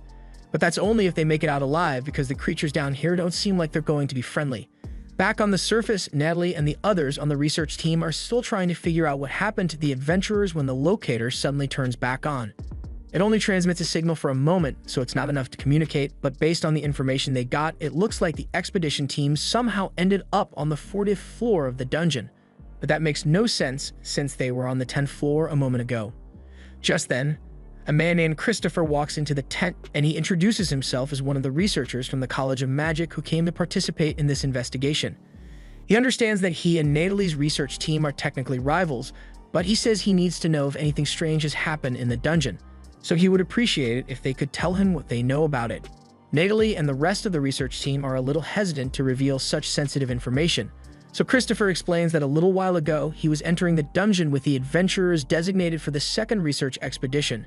But just as he was about to cross the threshold into the dungeon, everyone in front of him vanished, which is why he is desperate to find out what happened to them. Hearing Christopher's testimony confirms that the adventurers down in the dungeon really were teleported away, and that explains how that ended up on the 40th floor, but doesn't make the situation any better. At this point in time, the furthest any adventurer has ventured into the dungeon is the 38th floor, and it is said that from that floor onwards, it would be difficult for even an EB rank party to survive, let alone all the C and D rank parties that joined. Fortunately, Abel's party was among the people sent on the first expedition, so he and the others should be able to protect everyone for a while. But things are going to get bad really soon if they don't figure out a way to rescue them. When Natalie hears that Abel and his entire party are stuck in the dungeon, she remembers what he told her before he went in, so she rushes off to the library to find Rio and ask him for help. Meanwhile, back at the guild, Nina enters Hugh's office and informs him that something has gone wrong with the investigation. The team that was sent in randomly disappeared after stepping in, and all contact has been lost, so Dean Christopher is requesting Hugh's presence so they can figure out what's going on. Hugh immediately shoots up from his desk and tells Nina that he's heading there right now, but while he's gone, he wants her to keep the details of the situation secret until he gets back, because the remaining adventurers find out, it might cause a mass panic. At the same time, Rio is making his way through the library as usual, but he isn't making much progress on his research since he has no idea where to find the books he needs. He really wishes Sarah were here since he's sure she'd know where to find the books he needs, and he's in luck because she happens to be standing in the next aisle over. Rio is elated to see her, so he walks over and explains that he's been trying to look into records of eclipses and tidal bores, but he has no idea where to look. Sarah says she'd be happy to help since she knows exactly where those records are. Personally, she thinks there's a connection between the eclipses and the tidal bores, because before the tidal bore occurred, there was an eclipse 2 days prior, and historically, the same pattern has repeated itself over and over. With that said, it took a ton of research for her to make that connection, so she wants to know why Rio is suddenly so interested in the topic. However, Rio can't exactly tell her that he fought a demon in the middle of town during the last eclipse, so he changes the subject and asks Sarah if she knows why magic stones change color. She knows Rio is hiding something, but she decides to let it go for now and explains that the color of a magic stone changes depending on how long the monster has lived. Rio already knew that, and that's part of the reason he's so interested in the tidal bore, because according to the reports, all the magic stones obtained from the tidal bore monsters were clear. Right now, people assume monsters come up from the lower levels during a tidal bore, but the clear magic stones indicate that all those monsters had only recently spawned in. Ria recalls that the records of all the other tidal bores reported the same clear magic stone phenomenon, and Rio is surprised because he didn't think such detailed records would be available here. Sarah tells him that the records are actually in pretty bad shape and they're all on parchment, so even the librarian don't know about them, but she knows exactly where they are, so she can show him if he'd like. Meanwhile, on the investigation team's end, they still haven't been able to figure out where they are, and considering the fact that they were teleported here, they aren't sure if they are even within the dungeon anymore at this point. Arthur asks the researchers if they've gotten any of their tools working again, and he is told that the transmitter is back online, so the surface team should be able to locate them now. The others think that means someone will come to rescue them, but Arthur isn't so sure about that. Abel asks him if there's something he's worried about, so Arthur explains that the air here just feels strange. If you had to describe it, it's similar to the feeling you get when you're inside the Sanctuary Square spell, and that spell is the ultimate defense, so it can deflect all magical and physical attacks.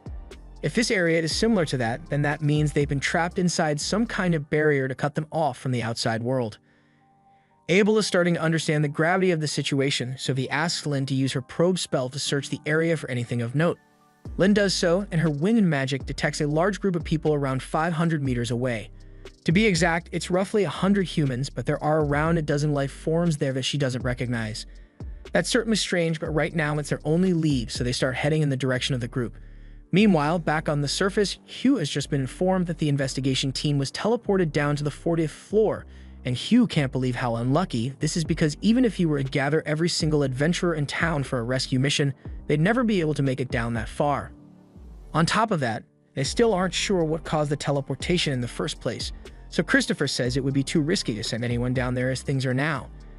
They are just going to have to wait and pray that the investigation team is safe, but when we take a look at the team, they are anything but safe. Hellfire is raining down on Clive's research team, and while some of the mages were able to put up shields in time to defend themselves, many weren't so lucky.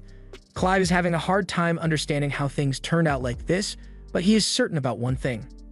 Those creatures that are attacking them match the description of the demons Clive read about once, and if they are truly as terrifying as the records mention, then they are screwed. A group of adventurers charge ahead to try and catch the demons off guard, but they are all slashed to pieces within seconds, and those who manage to survive end up getting burnt to ash.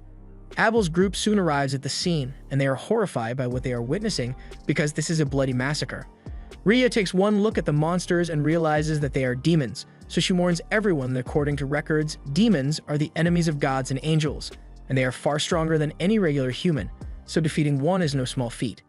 They all have questions about why demons would be in a place like this, but Arthur says they can think about it later because right now, they need to save Clive's team. He orders all the mages to get ready for a pincer attack, so just as Clive and his men are about to be overwhelmed, a barrage of magic javelins pierce the three demons attacking them. The mages are spamming every ranged attack they know at the demons, and the sheer number of spells seems to break through their defenses, but there are still a lot of demons left, so Arthur orders everyone to get ready to launch another barrage. The demons try to counterattack with their fireballs, but the mages already had a shield prepared, so they are about to launch their attack without interruption. With the way things are going, Arthur thinks it'd be possible to win if they could keep up this pace, but the mages have limited mana to work with, so they'll likely run out of mana before all the demons are defeated. When that happens, Abel and the others are going to have to take over, so he unsheaths his sword, and as he looks out onto the battlefield, he spots one demon that looks particularly menacing. He tells his team to charge in single file behind Warren, and as they make their way across the field, he shields them from all of flames. Once they are close enough, Abel begins cutting down the demons, and Lynn and Rhea start firing off spells to pierce them. They manage to take out most of the demons like this, but Lynn eventually collapses from mana exhaustion, and Rhea doesn't have much mana to work with either, so Abel is on his own now. There are 6 demons left, but Rhea warns him that the boss over there is most likely a demon prince. A demon prince is the immature form of a demon lord, and there is no record of anyone aside from a hero managing to defeat one. That isn't very encouraging, but Abel decides to go in anyway because he doesn't have much of a choice. These guys are definitely scary, but the terror he's feeling right now isn't as bad as the time he faced the griffin, so he can at least give it a shot. He manages to cut down 2 of the demons in one go, but that gets the demon prince's attention, so it fires an energy blast at Rhea and Lynn, forcing Warren to jump in to save them and knocking all 3 away. Now it's just Abel and the demon prince left on the battlefield, and for a moment, Abel tries to convince himself that he can win a one-on-one against the demon prince, but that hope is immediately dashed when the demon prince flash steps in front of him and knocks his sword away. Abel remains calm and keeps his sword up, but internally, he knows there's no way he's winning this fight with such a huge gap in strength and speed. Just then, Clive hits the demon prince with a powerful spell from across the field, but it does almost nothing against it, and now the rest of the demons are targeting Clive's group, so his shield is destroyed and his group is left to be consumed by the flames. The situation is only going to get worse from here, so Abel decides to go all in and uses his zero-turn skill as the demon prince charges at him. This skill allows him to deflect the demon prince's sword and then make a 0-point turn to aim for its neck, but somehow the demon prince was able to see it coming, so it dodges his strike and smacks him away. Abel can barely stand now, so the demon prince walks up and he is about to decapitate him, but at the last second, Abel hears a distinct drop of water, and in that moment, Rio comes crashing through the ceiling. Rio is glad he managed to find Abel in time, and Abel is convinced that he must be hallucinating because he never would have expected to see Rio at a time like this. Rio tells him that there are a lot of people who are worried about him and the others, so they should head back as soon as they can, and he'll handle the monsters here in the meantime. Abel tries to warn Rio that the monster is a demon prince, but Rio thinks he's joking because he has fought a demon before, and this guy doesn't seem like he's anywhere close to her level. But then again, since this is essentially a baby demon lord, it makes sense that it's still so weak. He starts walking over to the demon prince, and the remaining demons try shooting fire at him. But Rio casually counters with his icicle lances, and before they even realize what's happening, he has already decapitated them all. The demon prince looks back and sees the heads of his men falling to the ground, so it is immediately clear to it that Rio won't be as easy to defeat as the others. The demon prince readies its sword for battle, and Rio wants to have a little fun here, so he takes out his sword as well to see what the demon prince can do. Before this, Natalie ran all across town looking for Rio, and when she finally found him, she frantically informed him that Abel and his party got stuck in the dungeon. As soon as Rio heard those words, he immediately created an ice cart around Natalie and carried her all the way to the dungeon entrance because there was no time to waste. By the time they got there, Natalie had filled Rio in on all the details regarding the disappearance, so he understands how serious the situation is, and he's glad that she told him about it, but he's a little curious about how she knew to come looking for him. Natalie explains that when they met a few days ago, Abel told her that if there was ever any trouble and she couldn't get to him for help, then she should go find Rio as soon as she can because he's the most reliable person Abel knows. That does sound like something Abel would say, and it makes Rio happy to know that his friend thinks so highly of him. But he really needs to get going, so he runs straight for the gate. The adventurers in charge of guarding the dungeon try to stop him, but Rio doesn't have time to deal with them, so he just blocks them out with ice walls and goes in anyway. Once he was inside, he recalled that Natalie said the signal came from the 40th floor, but he didn't have time to go down the normal route, so he used his water jets to cut through the ground, and that's pretty much how he ended up here. The demon prince makes the first move and charges in to attack, but its movement speed is way too slow to outpace Rio, so he calmly sidesteps the demon prince's attack and slices its head off in one swift motion. Abel and the others can't believe Rio was able to take the demon prince down so quickly, but it turns out that the fight isn't over yet. The demon prince picks his head off the ground and reattaches it to his body, which must be really embarrassing for it considering the fact that it's fighting a mere human. Rio can't deny that the ability to regenerate will be troublesome to deal with, but it shouldn't be too hard since there's nothing the demon lord can do to harm him. In fact, just to assert dominance, Rio creates over 200 abrasive jets around the demon prince, and before it could even grasp just how screwed it was, Rio had already shredded the demon prince's body to dust, and there's no way it's regenerating from that. The battle is now officially over, so Abel thanks Rio for his help, but Rio says words are cheap, so if Abel really wants to thank him, then he's paying for dinner tonight. Arthur introduces himself as an advisor from the Bureau of Royal Magicians, says he is incredibly grateful for what Rio has done because without him, they most certainly would have died here. But Rio says there's really no need to thank him because he would never hesitate to help people in trouble. If anything, he wishes he could have gotten here sooner, because then there would have been far fewer casualties. Arthur agrees that this truly is still a tragedy, so he says that once the mages have recovered a bit of their magic, they'll start collecting the remains of those who perished so they can have a proper burial. In the meantime, Abel asked Rio to help him gather magic stones from all the devils, since he'd like to use the money to support the families of the deceased. Rio is more than happy to help, but there's something that has been bothering him since he first arrived here. When he dropped down from the 39th floor, he felt like he had entered some kind of barrier, but after he killed the demon prince, the effects seemed to have disappeared. And that's not the only strange thing he sensed either, because from the probe spell he performed on his way down here, he could feel something odd over by the staircase. They plan to go investigate on their way out, but for now, they need to start collecting the magic stones. Even in Arthur's many years as a mage, this is the first time he has ever really seen a devil's magic stone, and there aren't any reliable records of them either. Because devils tend to appear out of nowhere, there has been speculation that they are able to use space-time magic, but that theory has never been confirmed. Elsewhere in the world, the hero's party has just activated an altar used to summon the demon lord, and a few moments later, a portal opens up right in front of them. Leonor steps out of the portal, and the hero calls her the demon lord, which has her really confused since last time she checked, that's not her title. She honestly just came here because she felt some strange energy and wanted to check it out, but after hearing that this guy is a hero, it gets her all excited since a hero must be really strong, and she's always down to have a good fight. The hero raises his sword and declares that he will kill Leonor today, and she eagerly welcomes the challenge. But a second later, all her expectations come crashing down as she realizes that this loser is weak as hell. She was barely even trying to hit him, but her sword went clean through his chest, so she's really disappointed. She pulls her sword out and looks over to the hero's friends, all completely petrified and unsure of what to do next. Leonor doesn't particularly enjoy killing people, so she teleports behind the mage and tells the group to just pack it up and go home, because if the hero was that weak, then none of them would survive half a second against her. Also, they might want to start attending to their friend over there since she didn't hit any of his vital organs, so he still has a good chance of surviving if they treat him quickly. The party does the smart thing and accepts Leonor's mercy, so they rush over to start healing the hero, and while they do that, Leonor heads over to the altar. She's still really disappointed that the fight was such a letdown, but the magic gem they used to summon her is quite interesting, so she's satisfied with the outcome of this trip. She teleports the gem into her storage, and the hero yells for the demon lord to wait, but Leonor is getting sick of the misunderstanding, so she tells everyone that she's not the demon lord. The group can't believe it because if she's not the demon lord, then how could she be so strong? Leonor doesn't really know how to answer that since from her perspective, the hero party is just really weak. But she does give them a little credit, because she's sure that at their current level, they could probably defeat the real demon lord if they worked together. But she's way stronger than that guy. The hero still can't wrap his head around the fact that creatures stronger than the demon lord exist, because how is he still to compete with that as a human? But Leonor tells him she has personally met a human who was just as strong as she is. His name was Rio, if she is recalling correctly, and fighting him was a lot of fun. So if she had to power scale him, she'd say Rio was 10,000 times stronger than the hero currently is. After that, Leonor teleports away, leaving the hero's party to carry on with the rest of their day.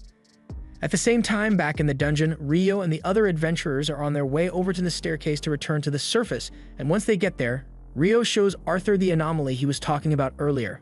It looks like a magic gem, but Arthur has never seen anything like it before, so he's not sure what it's used for. He decides he wants to take it back with him to the surface to analyze it properly, so he stuffs the gem into a storage bag, and the group continues their journey. Everyone eventually makes it back to the surface, and Hugh makes preparations to take care of all the adventurers who were injured.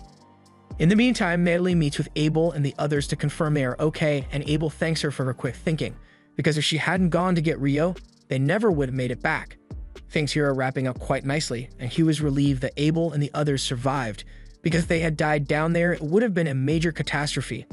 But that said, he still has something he needs to address, so he gives Rio's attention and demands to know why he rushes past the guards to get into the dungeon, even though he knew it was off limits.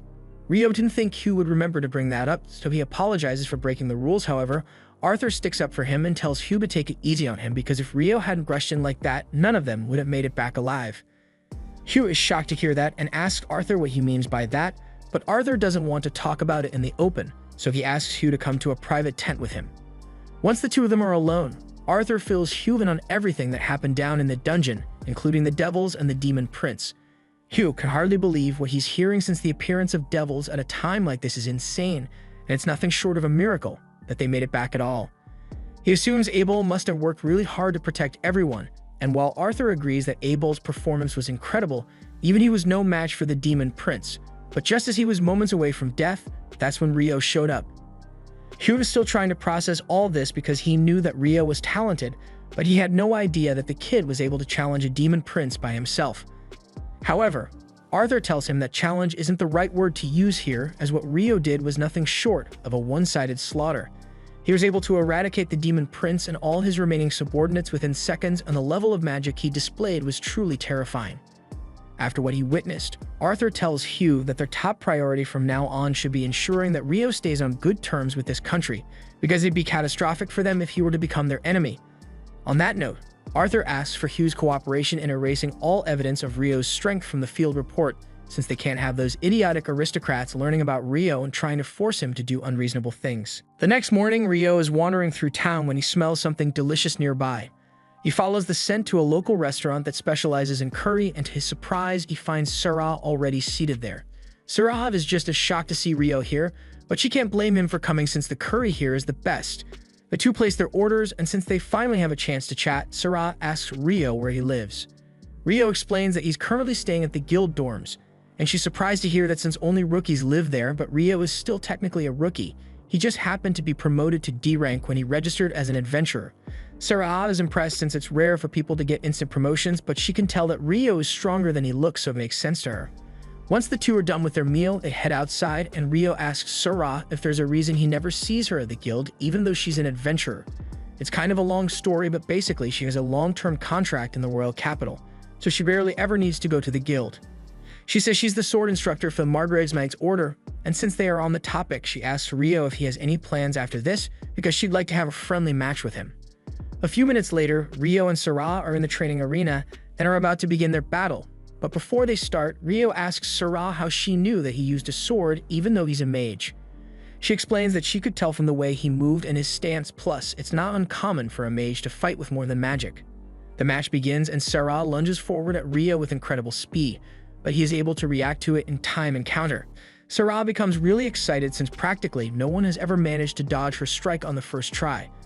Rio was equally surprised since he wasn't expecting Sarah to be so fast, but she wasn't even going all out then, so she says she'll get serious now. Rio does his best to hold out against Sarah's relentless strikes, but he can barely keep up, and he is soon overwhelmed. Once the match is over, Sarah hugs Rio out of excitement because she had no idea that he was so talented. There aren't many people who can last that long against her, especially when she was using wind magic to boost her attack speed and Rio wasn't using any magic at all. She'd love to keep sparring with him, but she has a tutoring session with the Margrave's son soon, so she has to go. After saying goodbye to Sarah, Rio decides to head home, but along the way, he runs into Hugh. He and Rio are both heading back to the guild. Hugh asks him to get in since he has something to discuss, and it's about the incident with Rio running into the dungeon without permission. He tells Rio there's no need to be nervous because Arthur already filled him in on how much Rio contributed to saving the lives of the investigation team, so Hugh is really grateful. But the rules say he needs to punish Rio, so he tells Rio he has a job for him. Rio is a little confused since a mandatory job seems a little too lenient to be considered a punishment, but Hugh tells him not to read too much into it. He informs Rio that the job he will be taking is an escort mission, and it will involve a round trip to the city of Whitnash. The next day, Nils approaches Rio and says he has a favor to ask. His home village recently put out a hunting request, and he was hoping to accept it, but it's rated for only D rankers and above. That's why he wants Rio to form a party with him so he can accept the mission. Rio initially wasn't interested in the idea of taking on a mission since he doesn't need the reward money, but when he learns that they'll be fighting goblins and skeletons, he changes his mind and agrees to go on the mission because this will give him the perfect chance to bully some weak mobs. Nils isn't sure what Rio means by that, but he's glad that he agreed to help, so they all head over to the guild master's office to inform him that they'll be taking the mission. He was fine with letting them accept the mission, but he warns that two other parties have already failed to complete it. One was E rank, and the other D rank, but Ito finds it hard to believe that a D rank party would struggle so much against mere goblins and skeletons. However, according to reports, the mission didn't fail because of the monsters, it failed because the villagers there refused to cooperate. Essentially, it looks like a case of the village not liking outsiders, but Nils can't believe it because he grew up there and sure the people aren't particularly friendly, but they were never downright hostile to outsiders. He doesn't know why the villagers would behave that way, but there's no point in speculating. He just tells them to be really careful because the last party that failed the mission said they encountered around 30 skeletons, and they were severely injured, but with Rio on the team, they probably have nothing to worry about.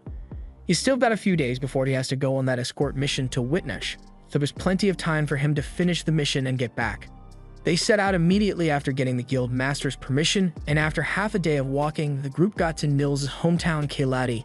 As soon as they arrived, the locals welcomed Nils back with warm smiles, which comes as a shock to Rio since he was convinced that Nils became an adventurer because he got banished from his village for something. Nils can't believe Rio would think so little of him, granted he did cause his fair share of trouble back in the day, but he doesn't want to talk about it. He leads everyone into the village so they can all talk to the mayor about the mission, and before long, they arrive at his house. Nils heads in first, and Bulin is elated to see him because it has been a year since he left the village.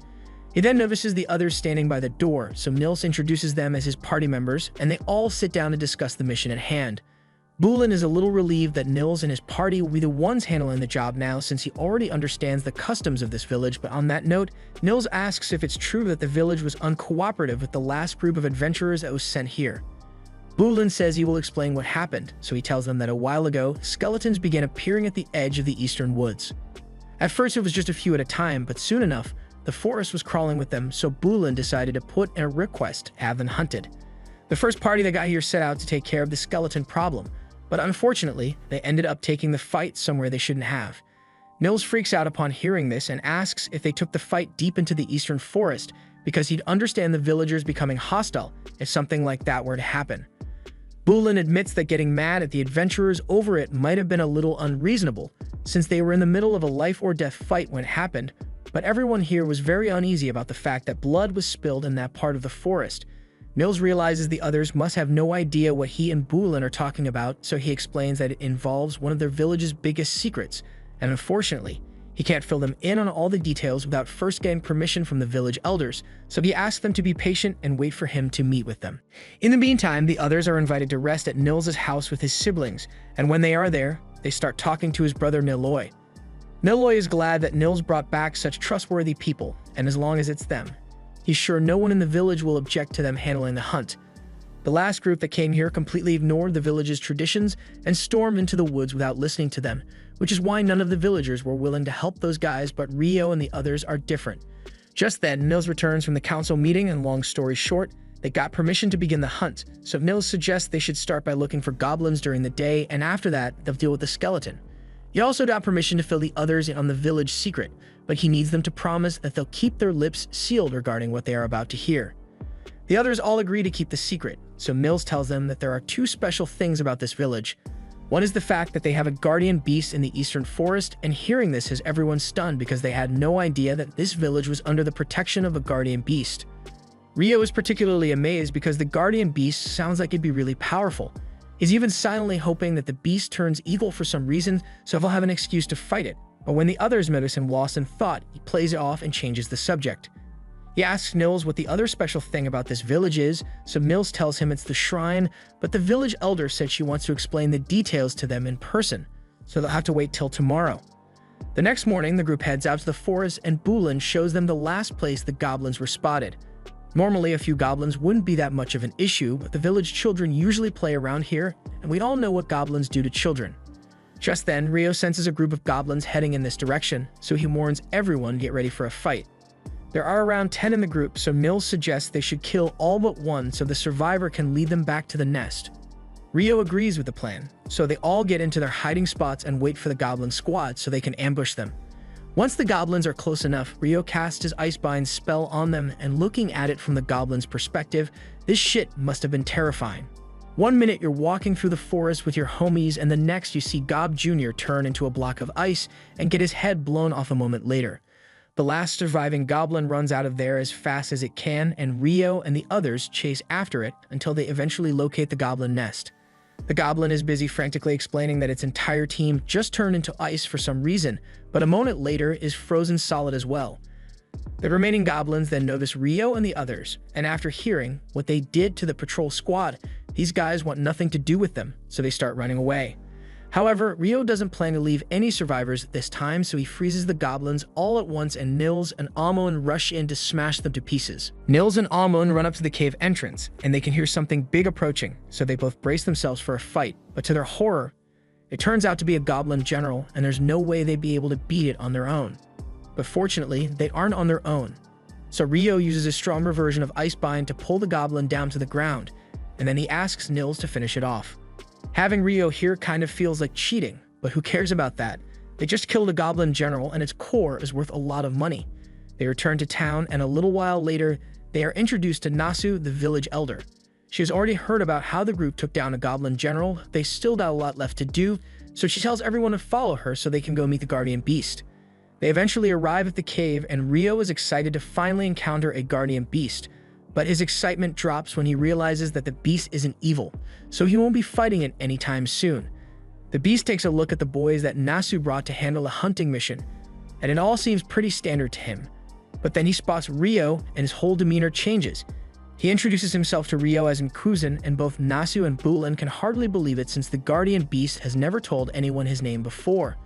Nkuzan admits that he usually doesn't mention his name because humans almost never pronounce it right, but he felt like it'd be disrespectful to keep his name hidden in the presence of someone like Rio. Rio doesn't understand why a guardian beast is being so polite towards him, so Nkuzan explains that he is part Fae, and for some reason being in the presence of Rio makes him feel pleasant. Rio recalls that Sarah mentioned something about the Fairy King liking him as well, so he wonders if he has some kind of physical trait that fairies find appealing. For now, Rio thanks Nkuzan for the compliment, but Nkuzan says he should be the one thanking him, because meeting Rio makes him feel like he could live another 1,000 years without issue. Now, regarding the hunting mission that they were entrusted with, Nkuzan tells the group that there are around 30 skeletons around the shrine, and there's a really big one inside, but he's been using his power to keep it sealed for the time being. So once they've successfully defeated all the skeletons outside the shrine, then Nkuzan will release it so they can finish the job. The group immediately heads over to the shrine, and Ito wastes no time using light magic to exorcise the skeleton out front, but now they have to deal with the one in there. They open the doors, and to their surprise, they come face to face with an arch skeleton being held within the shrine, and Nkuzan wasn't joking about this thing being big. Rio uses his magic to create ice hammers for Amon and Nils, and he then gives Nkuzan the signal to release the skeleton. Soon after, it comes charging out at them, so Rio creates a sheet of ice on the ground to make it fall over so Nils and Amon can attack. The skeleton quickly realizes that it is outmatched, so it tries crawling away, but the ice Rio created was specifically made to be as slippery as possible, so it's not going to get very far. It soon falls to the ground again after slipping on the ice, so Nils takes the opportunity and aims straight for its neck, snapping it clean in half. After that, they all head inside to check out the shrine, and Nasu is excited because this is the first time she's ever actually been in here. Upon entry, they find a statue of the Earth Mother Goddess, but strangely, the jewel embedded in it is cracked. Nasu immediately realizes what must have happened since this jewel was meant to be brilliant and shiny, but something clearly went wrong. She recalls that a while ago, Nkuzan mentioned something about sensing some strange energy in the area, so this shrine must have been the source of it. That energy is probably also the reason for all the recent monsters spawning out of nowhere, so Nasu puts a proper seal on the shrine to prevent this kind of thing from happening again. Now that their mission has been completed, Rio and the others say goodbye to the villagers and begin heading back to Lune, but along the way, Nils and Ito realize that it has almost been a year since they became adventurers, so they won't be able to stay in the guild dorms anymore. Rio and Amon still have some time before they need to find new housing, but Ito and Nils were thinking about buying a home, so they ask if the others would like to come live with them. Amon immediately accepts the offer since he enjoys living with Nils and Ito, but Rio says he will have to think about it because he has a few things he needs to consider first.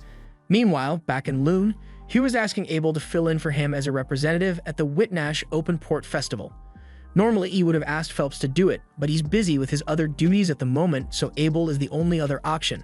Meanwhile, over in the Empire, it has just been confirmed that the commander of the Mage Order will be attending the Whitnash Festival as well, and her subordinate, the Inferno Magician, will be coming as well. The day of Rio's departure for Whitnash eventually arrives, and by sheer coincidence, Nils, Ito, and Amon were assigned to escort the merchant as well, so they all have fun talking and enjoying the scenery along the way. Once they finally arrive at Whitnash, the merchant thanks them all for their help and says his business here will last for 10 days, and once he's done, he will need them to join him for the return trip. But until then, they are free to do whatever they want. Rio and the others are excited to hear that since it means they'll get to enjoy the festival here, so they all run off to start trying out all the food stalls they can find. The next morning, the Imperial envoy arrives in Whitnash as well, but they get caught in a little delay because one of the nobles ahead of them forgot his papers, so the guards are trying to verify his identity, and it may take a while.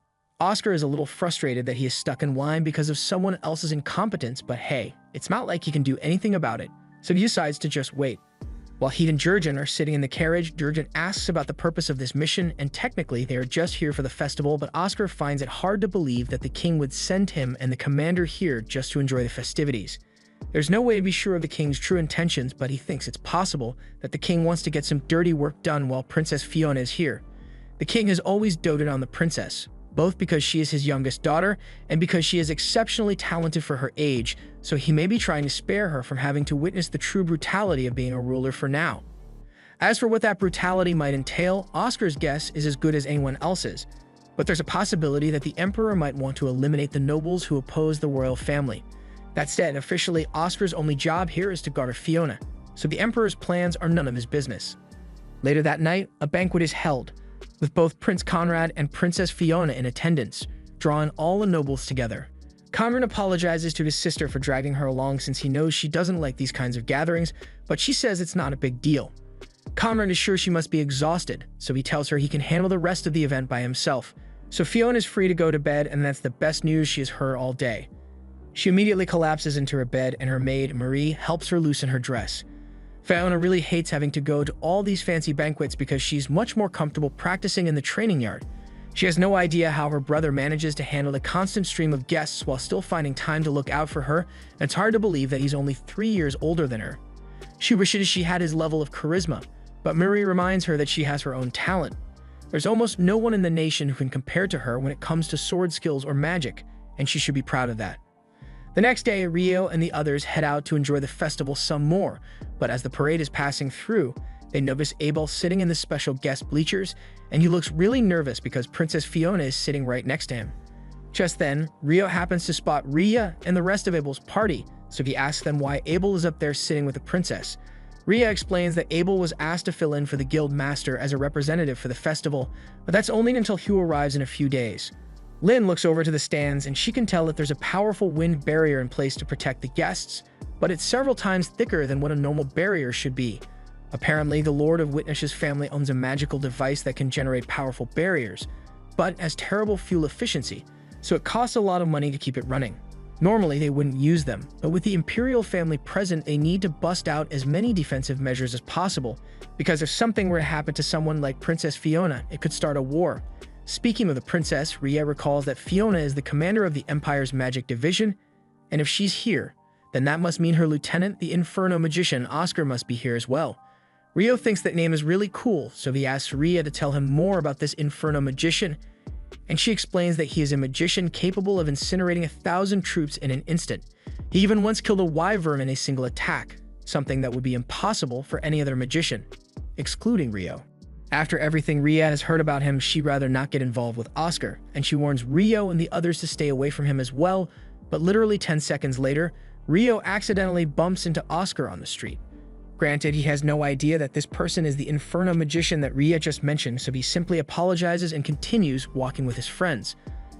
Oscar pauses for a moment because he can tell that there's something strange about Rio, but he can't put his finger on it. However, before he could spend any more time thinking about it, Jurgen calls him over because they still have a lot of work to do. And that work involves going around the festival and buying all kinds of food from the stalls.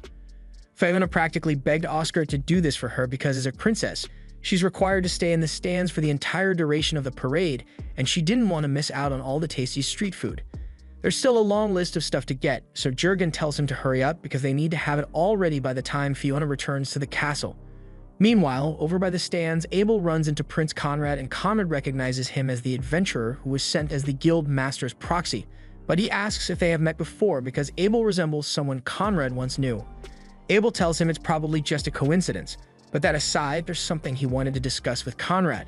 He mentions that Princess Fiona really caught his attention earlier, and Conrad jokingly asks if that means Abel is interested in her, but he is much more interested in the fact that if Fiona is here, then the Inferno mage, Oscar, must be around as well, and he thinks it's a little strange for the Empire to bring their strongest military asset to a festival for no reason.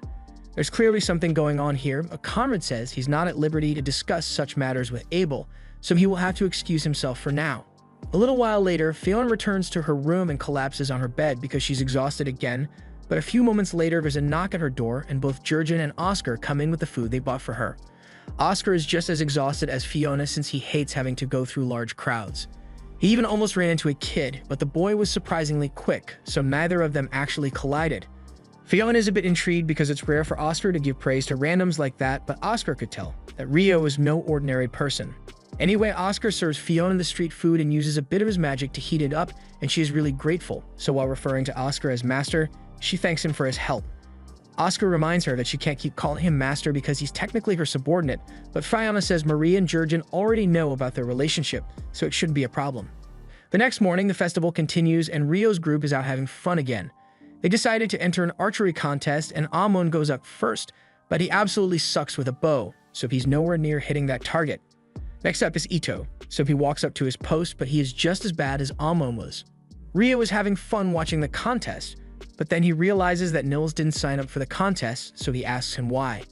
Nils explains that he has never touched a bow in his entire life, so he already knows there's no way he'd be able to hit the target, and Abel happens to overhear Nils' story, so he starts chuckling to himself. Rio tells him it's not nice to laugh at people for their lack of skill, and he apologizes, but he wasn't actually laughing at Nils, he was laughing because it reminded him of his younger self when he was terrible with the bow. A few moments later, it's Abel's turn to take part in the contest, so he steps up and takes aim, getting a perfect bullseye on the first try.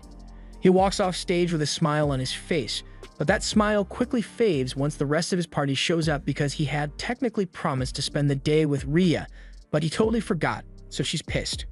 Meanwhile, back in Loon, Sarah has been going all around town looking for Rio because she wants to see him again.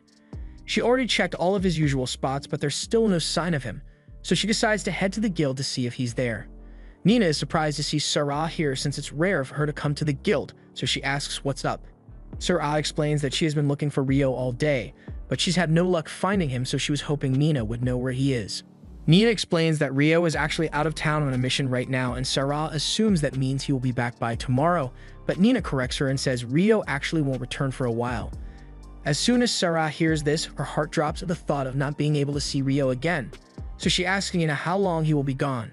Nina tells her she's not exactly sure, but it's going to be at least a week before he gets back, and Sarah is disappointed, but she appreciates Nina's help and thanks her before leaving. At the same time, over in Witnach, Rio is getting ready to watch the boat race contest because Nils and Amon are going to participate in it.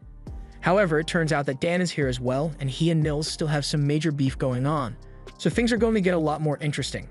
As the race begins, Fiona and her group watch from a distance, and Fiona wonders why there are separate races for the adventurers and civilians. So Marie explains that the adventurers are allowed to attack one another without penalty here, so it's a little too dangerous for regular people. All the other magic is still strictly prohibited. As soon as the race began, Nils and Dan immediately began attacking each other with their oars, completely forgetting that this was supposed to be a race. They somehow managed to maintain a lead on the rest of the competition for most of the race, but in the final stretch, both Dan and Nils break their oars, so they snatch the oars from their companions so they can continue fighting. Then they break those oars as well and resort to using their fists, all while the rest of the competitors sail past them. But even after all the others have passed them, Nils and Dan keep fighting until they eventually capsize both of their boats. They may have lost the race, but they do win a trophy for entertaining the audience so much with their antics, which they then proceed to fight over that as well. Rio and the others decide to leave Nils to settle his grudge, and in the meantime, they go check out the boat show. Heuven arrived in Witnach by this point, so when he spots the group, he tells them all about the advancements that went into this thing. It runs on magic stones and alchemy, using both wind and water magic to propel itself through the water. And though Hugh has never actually seen it in action, it had better be good because it cost 370 billion to make. After that, Rio, Amon, and Ito head to a weapons shop since Ito has been meaning to get himself a weapon so he will be useful in combat. However, he sucks at using a bow, so the shopkeeper suggests something better. A crossbow with a switch on it. This baby can rapid-fire crossbow bolts to swish cheese your opponent, so aiming isn't really necessary, which makes it perfect for Ito. Later that night, another banquet is held at the castle, and Abel is once again asked to fill in for the guild master, so he is attending as well. He feels a little uneasy since he wasn't allowed to bring any weapons with him to the event, but with a barrier in place, he doubts he will have to worry about any attacks. But about that, in the barrier room, one of the technicians notices that something is wrong with the barrier artifact, and at this rate, the banquet's entire defense system is going to collapse, so he's about to go find someone to fix it. However, before he could do that, he was taken out by a mysterious group of people, and as soon as the barrier came down, the banquet was attacked. We get a flashback into Oscar's childhood, and by anime standards, he had it pretty good. He'd spend the days studying under his village's blacksmith, and he was treated really well there. His father never left to get the milk, and his mom isn't dying of some incurable disease. However, he had bright-colored hair and fire magic, which is pure main character energy, so he won't be able to escape character development forever. A little while later, Oscar and the blacksmith managed to complete a set of swords, and they all turned out pretty well, so Oscar is really happy. A few minutes later, Oscar's dad happens to be passing by, so he asks the blacksmith how things have been going so far. The blacksmith has nothing but praise for Oscar since the forging process has become a lot more efficient with him, controlling the heat of the furnace. In fact, he actually prepared a little gift for Oscar to thank him for all his help, so he picks up one of the swords he made and hands it to him. This blade was specially forged to be light enough for a child to use, so it should be a good practice weapon at least until Oscar is old enough to handle a real sword. A few days later, the villagers go out hunting, and after hitting a boar with a few dozen arrows, it finally drops to the ground and everyone begins celebrating. They all praise Oscar for doing such a good job since he managed to land a few shots on the boar even though it was his first real hunt. That night, the entire village gathered together for a feast, and they all seemed to be enjoying themselves, but the joy was short-lived because soon after, a few villagers find out that bandits have been scoping out their village for the past few days. This means the bandits must be planning to invade the village within the next few days, which by itself wouldn't be too much of a problem. But from what they can tell, there are around 50 bandits, and that's way too many for them to fend off. They briefly consider running away before the bandits attack, but they have nowhere to go, so their only real option is to stay and fight. The following night, every able-bodied villager gathers near the village walls to wait for the inevitable bandit attack, and sure enough, within a few minutes, the entire village is surrounded. One of the bandits walks up to the wall to take a peek inside, but he is immediately shot in the back by the villagers atop the wall, so the battle has officially begun. All the villagers start firing off dozens of arrows at the bandits, so the bandit leader orders his men to charge forward and storm the walls to stop the archers. Oscar's dad can tell that things are going to get messy soon, so he tells him to go hide in one of the houses with his mother until it's safe to come out. In the meantime, Oscar's dad says he will hold them off for as long as he can, but that's going to be easier said than done because the bandit captain is out here moving like prime Thorfinn. He runs across the forest, dodging dozens of arrows at a time, and then proceeds to show off his 10-foot vert as he jumps over the wall and cuts down one of the archers there, and everyone knew it was pretty much game over after that. The bandit captain eventually manages to get the gate open after taking out everyone posted on the wall, and his remaining bandits begin flooding into the city to attack. During the raid, the bandit leader happens to kick in the door to the house Oscar and his mother were hiding in, and his mom does her best to protect him. But the bandit leader easily grabs her spear and slashes her across the neck without a second thought right in front of Oscar. He can't believe what he just witnessed, and he is so enraged that he launches a fire blast at the bandit leader. And at first I was wondering why Oscar didn't use his fire earlier, but after seeing the bandit leader swat away like a minor inconvenience, it's clear that Oscar's fire magic is a glorified matchstick right now. Since the flames didn't work, Oscar charges in to stab the bandit leader, and to his credit, he does manage to land a hit on him. But he gets curves stomped right after, so I don't know if you can call that a win. The bandit leader tells Oscar that that was a clever trick he just pulled, but his luck has run out. However, just before he could be slashed, Oscar's dad arrives to save him. He asks Oscar if he's alright, and the boy seems fine. But then he looks at the ground and sees his wife's body just lying there. He is instantly enraged and charges at the bandit leader to get his revenge, but he's nowhere near skilled enough to even touch Boscona. He even has enough time to taunt Oscar's dad into coming outside to fight, and the second he sets foot in that doorway, he gets shot full of arrows and stabbed through the chest. And again, Oscar had to watch the whole thing happen. After that, one of the other bandits comes over and tells Boscona that they need to get out of here because a pack of wolves is headed this way, so even though Boscona would have loved to finish Oscar off as well, he doesn't have the time. He runs off, leaving the boy to stare at the lifeless bodies of his parents, and a few moments later, the blacksmith comes to find him. Also, we're going to just ignore that woman in the back over there because she clearly isn't interested in running away or anything. The blacksmith tells Oscar that they need to get out of here because a pack of wolves is headed for the village, but he doesn't see the point in trying to survive now that his parents are gone. The blacksmith tells him he can't give up on living because his parents would have wanted him to have a happy life, and they are running out of time here, so he really needs to get going. The blacksmith leads Oscar out of the house, but as soon as they step out, they see a group of wolves staring them down, so the blacksmith tells Oscar to make a run for the river while he holds them off in the meantime. Oscar doesn't want to leave the blacksmith behind, but he has no choice here. So he runs off while the blacksmith kills the wolves that try to chase after him. But while he is doing a pretty good job fending off the wolves, we all know he's not surviving this. As Oscar is running out into the forest, two wolves begin chasing him down, so he is forced to jump into the river to get away from them and nearly drowns in the process. A few days later, he wakes up in a warm bed in a neighboring village, and the village chief tells Oscar that he was found drifting along in the river, so they took him in and nursed him back to health. The man's name is Luke Ruska, and he is sure Oscar must have gone through something terrible, so he tells him he is free to stay here for as long as he'd like. A little while later, Luke informs Oscar of an old legend that talked about a child with red hair like his. The red hair is apparently a symbol of affection from the fire god, so it is likely that Oscar will become a great fire mage in the future. With that said, if he's going to be living here, Luke tells Oscar that he will have to go to school, but he's okay with that. In fact, he says he wants to learn as much as possible so he can get strong and protect the people he cares about. However, fast forward 6 years and Oscar is watching everything he cares about burn to the ground right in front of him. He runs into the manor to see if he can help, but inside he finds Boscona in there with Luke's lifeless body. He immediately draws his sword to avenge his adoptive father, and all the sword lessons he took over the past few years may have really paid off because he actually managed to slash Boscona's face, but a second later he gets his face palmed and Boscona drives a sword through his chest. He then looks down at Oscar with a look of pure glee on his face, and Oscar begins having flashbacks to the night that his family was killed because it's happening all over again. Oscar somehow managed to survive the incident, but his hair turned white from all the stress, and the only thing he could think of at the time was getting revenge for what Boscona had done. Back to the present, at the party, before the attack began, the Lord of Whitnash called Abel into his office for a little meeting, and he says he went through the liberty of activating a soundproofing device to make sure no sound makes it into or out of this room. Abel thinks that's a little overkill, but it doesn't bother him too much, so he asks the Lord what it is he wanted to talk about. The Lord mentions that he was thinking of implementing a training course for beginner adventurers here in Whitnash, just like they have in Loon, and hearing this gets Abel a little excited because he is a strong advocate for the training courses.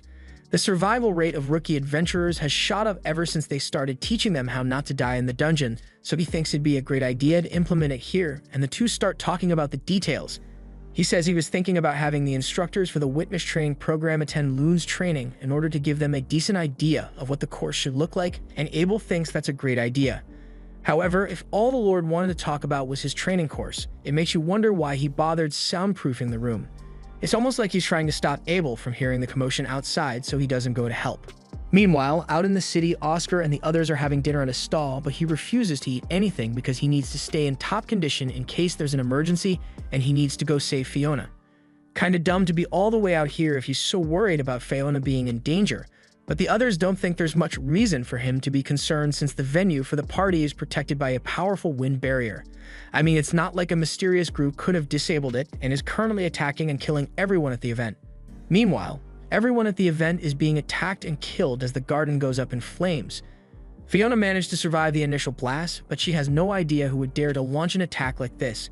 Just then, she realizes that her brother must have been caught up in the blast as well. So she starts searching around for him and finds Conrad lying injured next to a pile of rubble. She puts up a shield and starts using magic to heal him, but halfway through, Conrad regains consciousness, and since he is able to move again, he tells her to stop for now. He appreciates the fact that she wants to save him, but they are both still in danger, so she should conserve her magic as much as possible. Besides, he should be able to move on his own now, so he can handle himself. All the nobles at the party are being slaughtered by the attackers, and Conrad finds it odd that no one has managed to escape to call for help yet, so he assumes the attackers must have locked this place down. He asks Fiona if she has any way of getting in contact with Oscar and the others, and they did come up with a distress signal for emergencies like this, but if she uses it now, she worries it will give their location away to the attackers. Conrad says that's a risk they'll have to take because they need the assistance, so Fiona raises her hand and uses magic to launch a flare into the sky. As soon as Oscar sees the signal, he and the others realize something is wrong and run to go save Fiona. Rio also happened to see the flare, but he just assumes it's a random firework. Fiona is certain that Oscar must be on his way right now, and Conrad feels a little reassured, because once Oscar gets here, they should be fine. But they still have to survive until he arrives, so Conrad asks Fiona if she's ready for battle. As a group of assassins starts running toward them, Conrad uses his earth magic to impale them from beneath, and Fiona uses fire magic to finish off the last one, but all of a sudden they hear someone chanting a spell. They look around for the person, but they can't see anyone nearby, so Conrad tells Fiona to put up a sanctuary shield in order to prepare for what's coming. A moment later, the bullet rain spell is cast, and Fiona just barely managed to defend against it with her shield, but shortly after, the hidden spellcaster begins chanting another incantation. It sounds like a mixture of earth and fire magic to Conrad, but he's not sure exactly what it is, so he doesn't know how they should defend themselves. Just then, Fiona sees that the floor beneath Conrad's feet begins to glow red, and she realizes what's about to happen, so she runs over and pushes Conrad out of the way. Oscar arrives just in time to see Fiona's body go flying through the air and over the cliff. He gets flashbacks to all the time he lost the people he cared about again, but he refuses to let Fiona become another one of his dead loved ones, so he sprints down the mountain to go save her. Meanwhile, at the bottom of the cliff, Amo, Nils, and Ito are having fun by the water when they see Fiona falling out of the sky.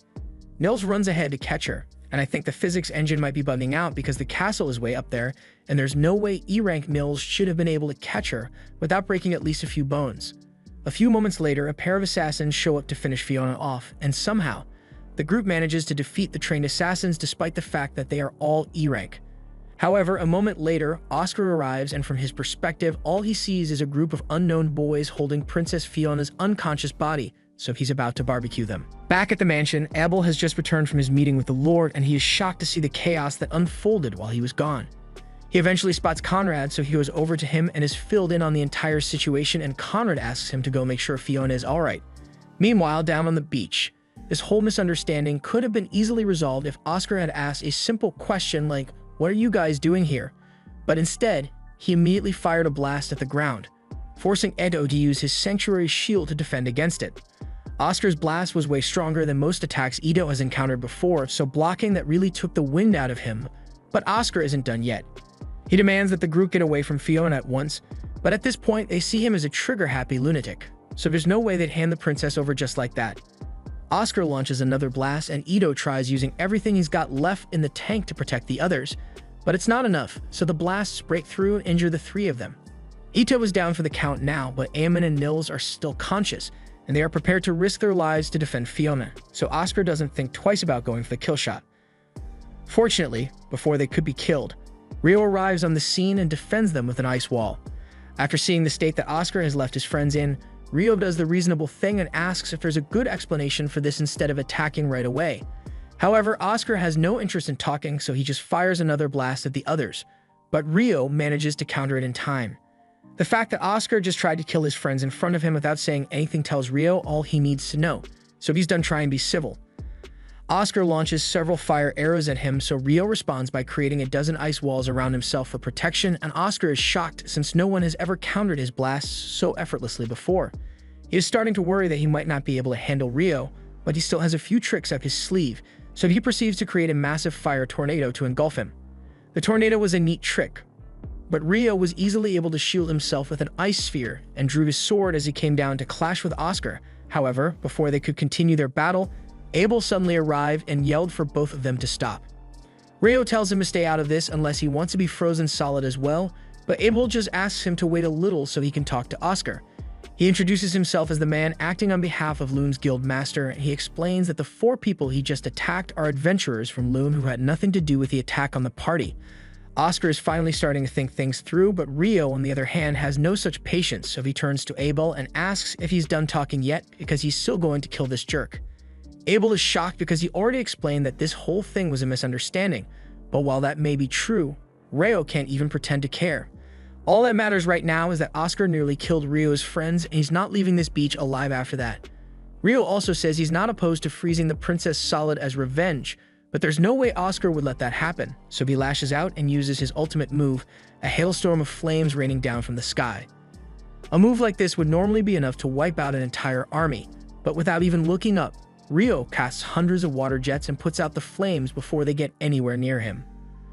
Oscar is starting to sweat a little since even his strongest attack was no match for him, and as for Rio, he is impressed by how powerful Oscar is compared to the average mage.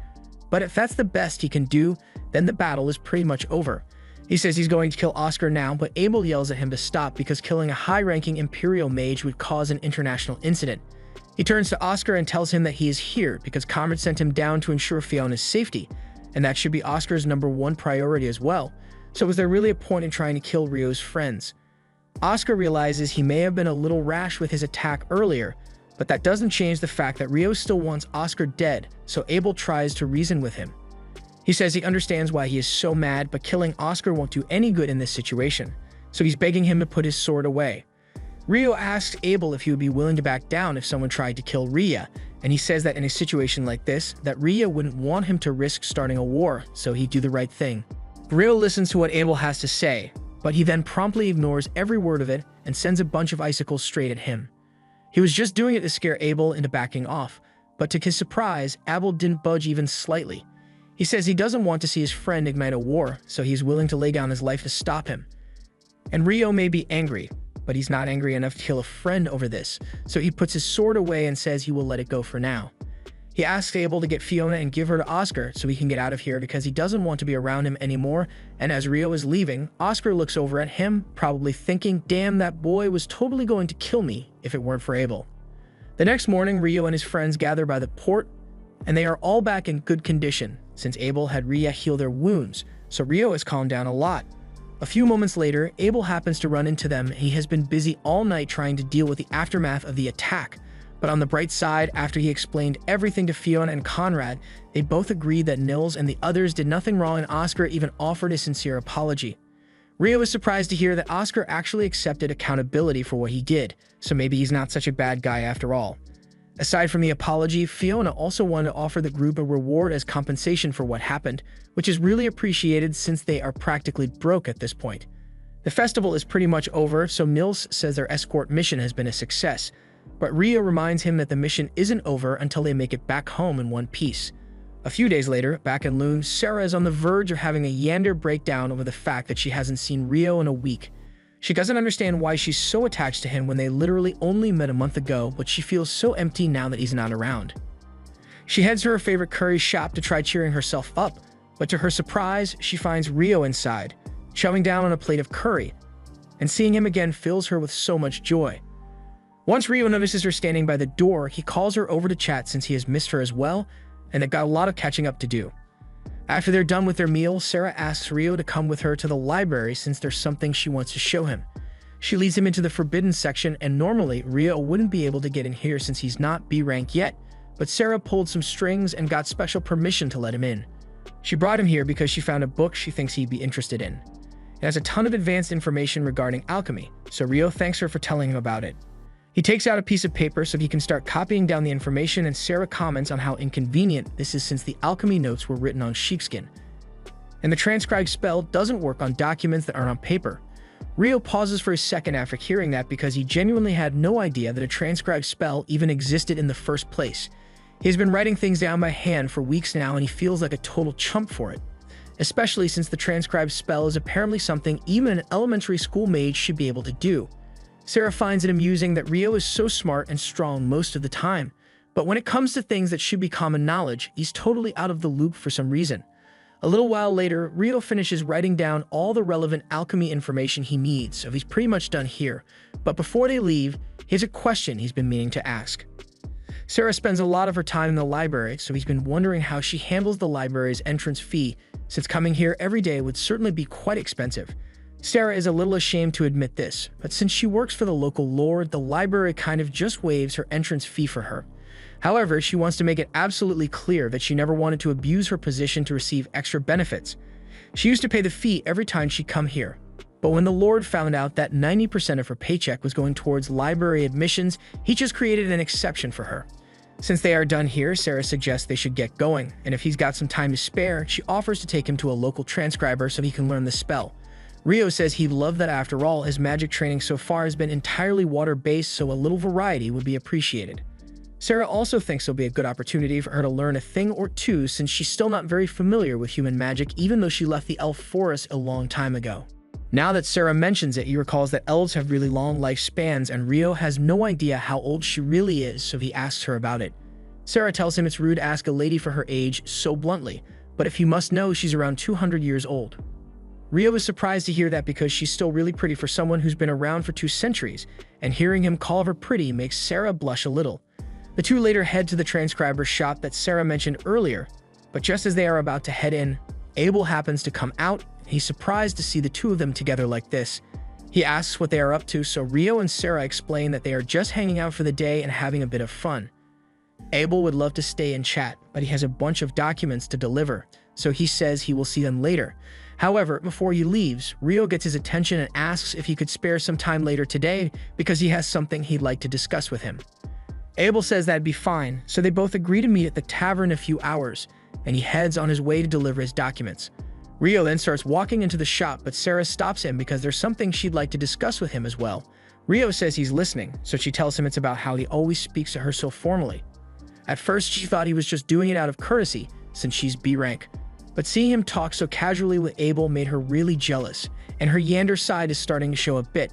She thinks it's unfair that Rio speaks so casually with Abel and not her, so she makes him promise to treat her like a proper friend from now on. After that, Rio goes to meet Abel as agreed, and once he arrives, he reminds him of the promise he had made a while ago. After Rio saved him from the demon prince, Abel promised that he would treat him to lunch for a week, but he completely forgot about it. Rio knew he'd forgotten, which is why he wanted to ask for a small favor from Abel to make up for it. His roommates have all decided to move out of the guild lodging and live together, so Rio is thinking about getting a place of his own soon. Abel is surprised to hear that and asks if he's sure he doesn't want to stay with his friends, but he has a few experiments in mind that he'd rather not perform them around other people, so he'd like to have a large yard all to himself. On that note, he asks Abel for help finding a property that matches what he's looking for. He's still got a ton of money left over from the Wyvern Stone sales, so his budget won't be an issue. He was thinking about getting an old-timey noble estate, preferably one that's haunted since he'd love an excuse to fight some ghosts, but Abel tells him that probably won't be possible. For one, he doesn't think ghosts actually exist, and two, commoners like Rio aren't allowed to buy noble estates even if he does have the money to pay for it. Granted, there's still one property that might suit Rio's needs, so he is taken to a nice farmhouse outside the city limits, and though it may be far away, it has everything he could ever need, so he immediately says he's gonna buy it. And now that he officially owns his own home, his life in Loon has finally begun. The end.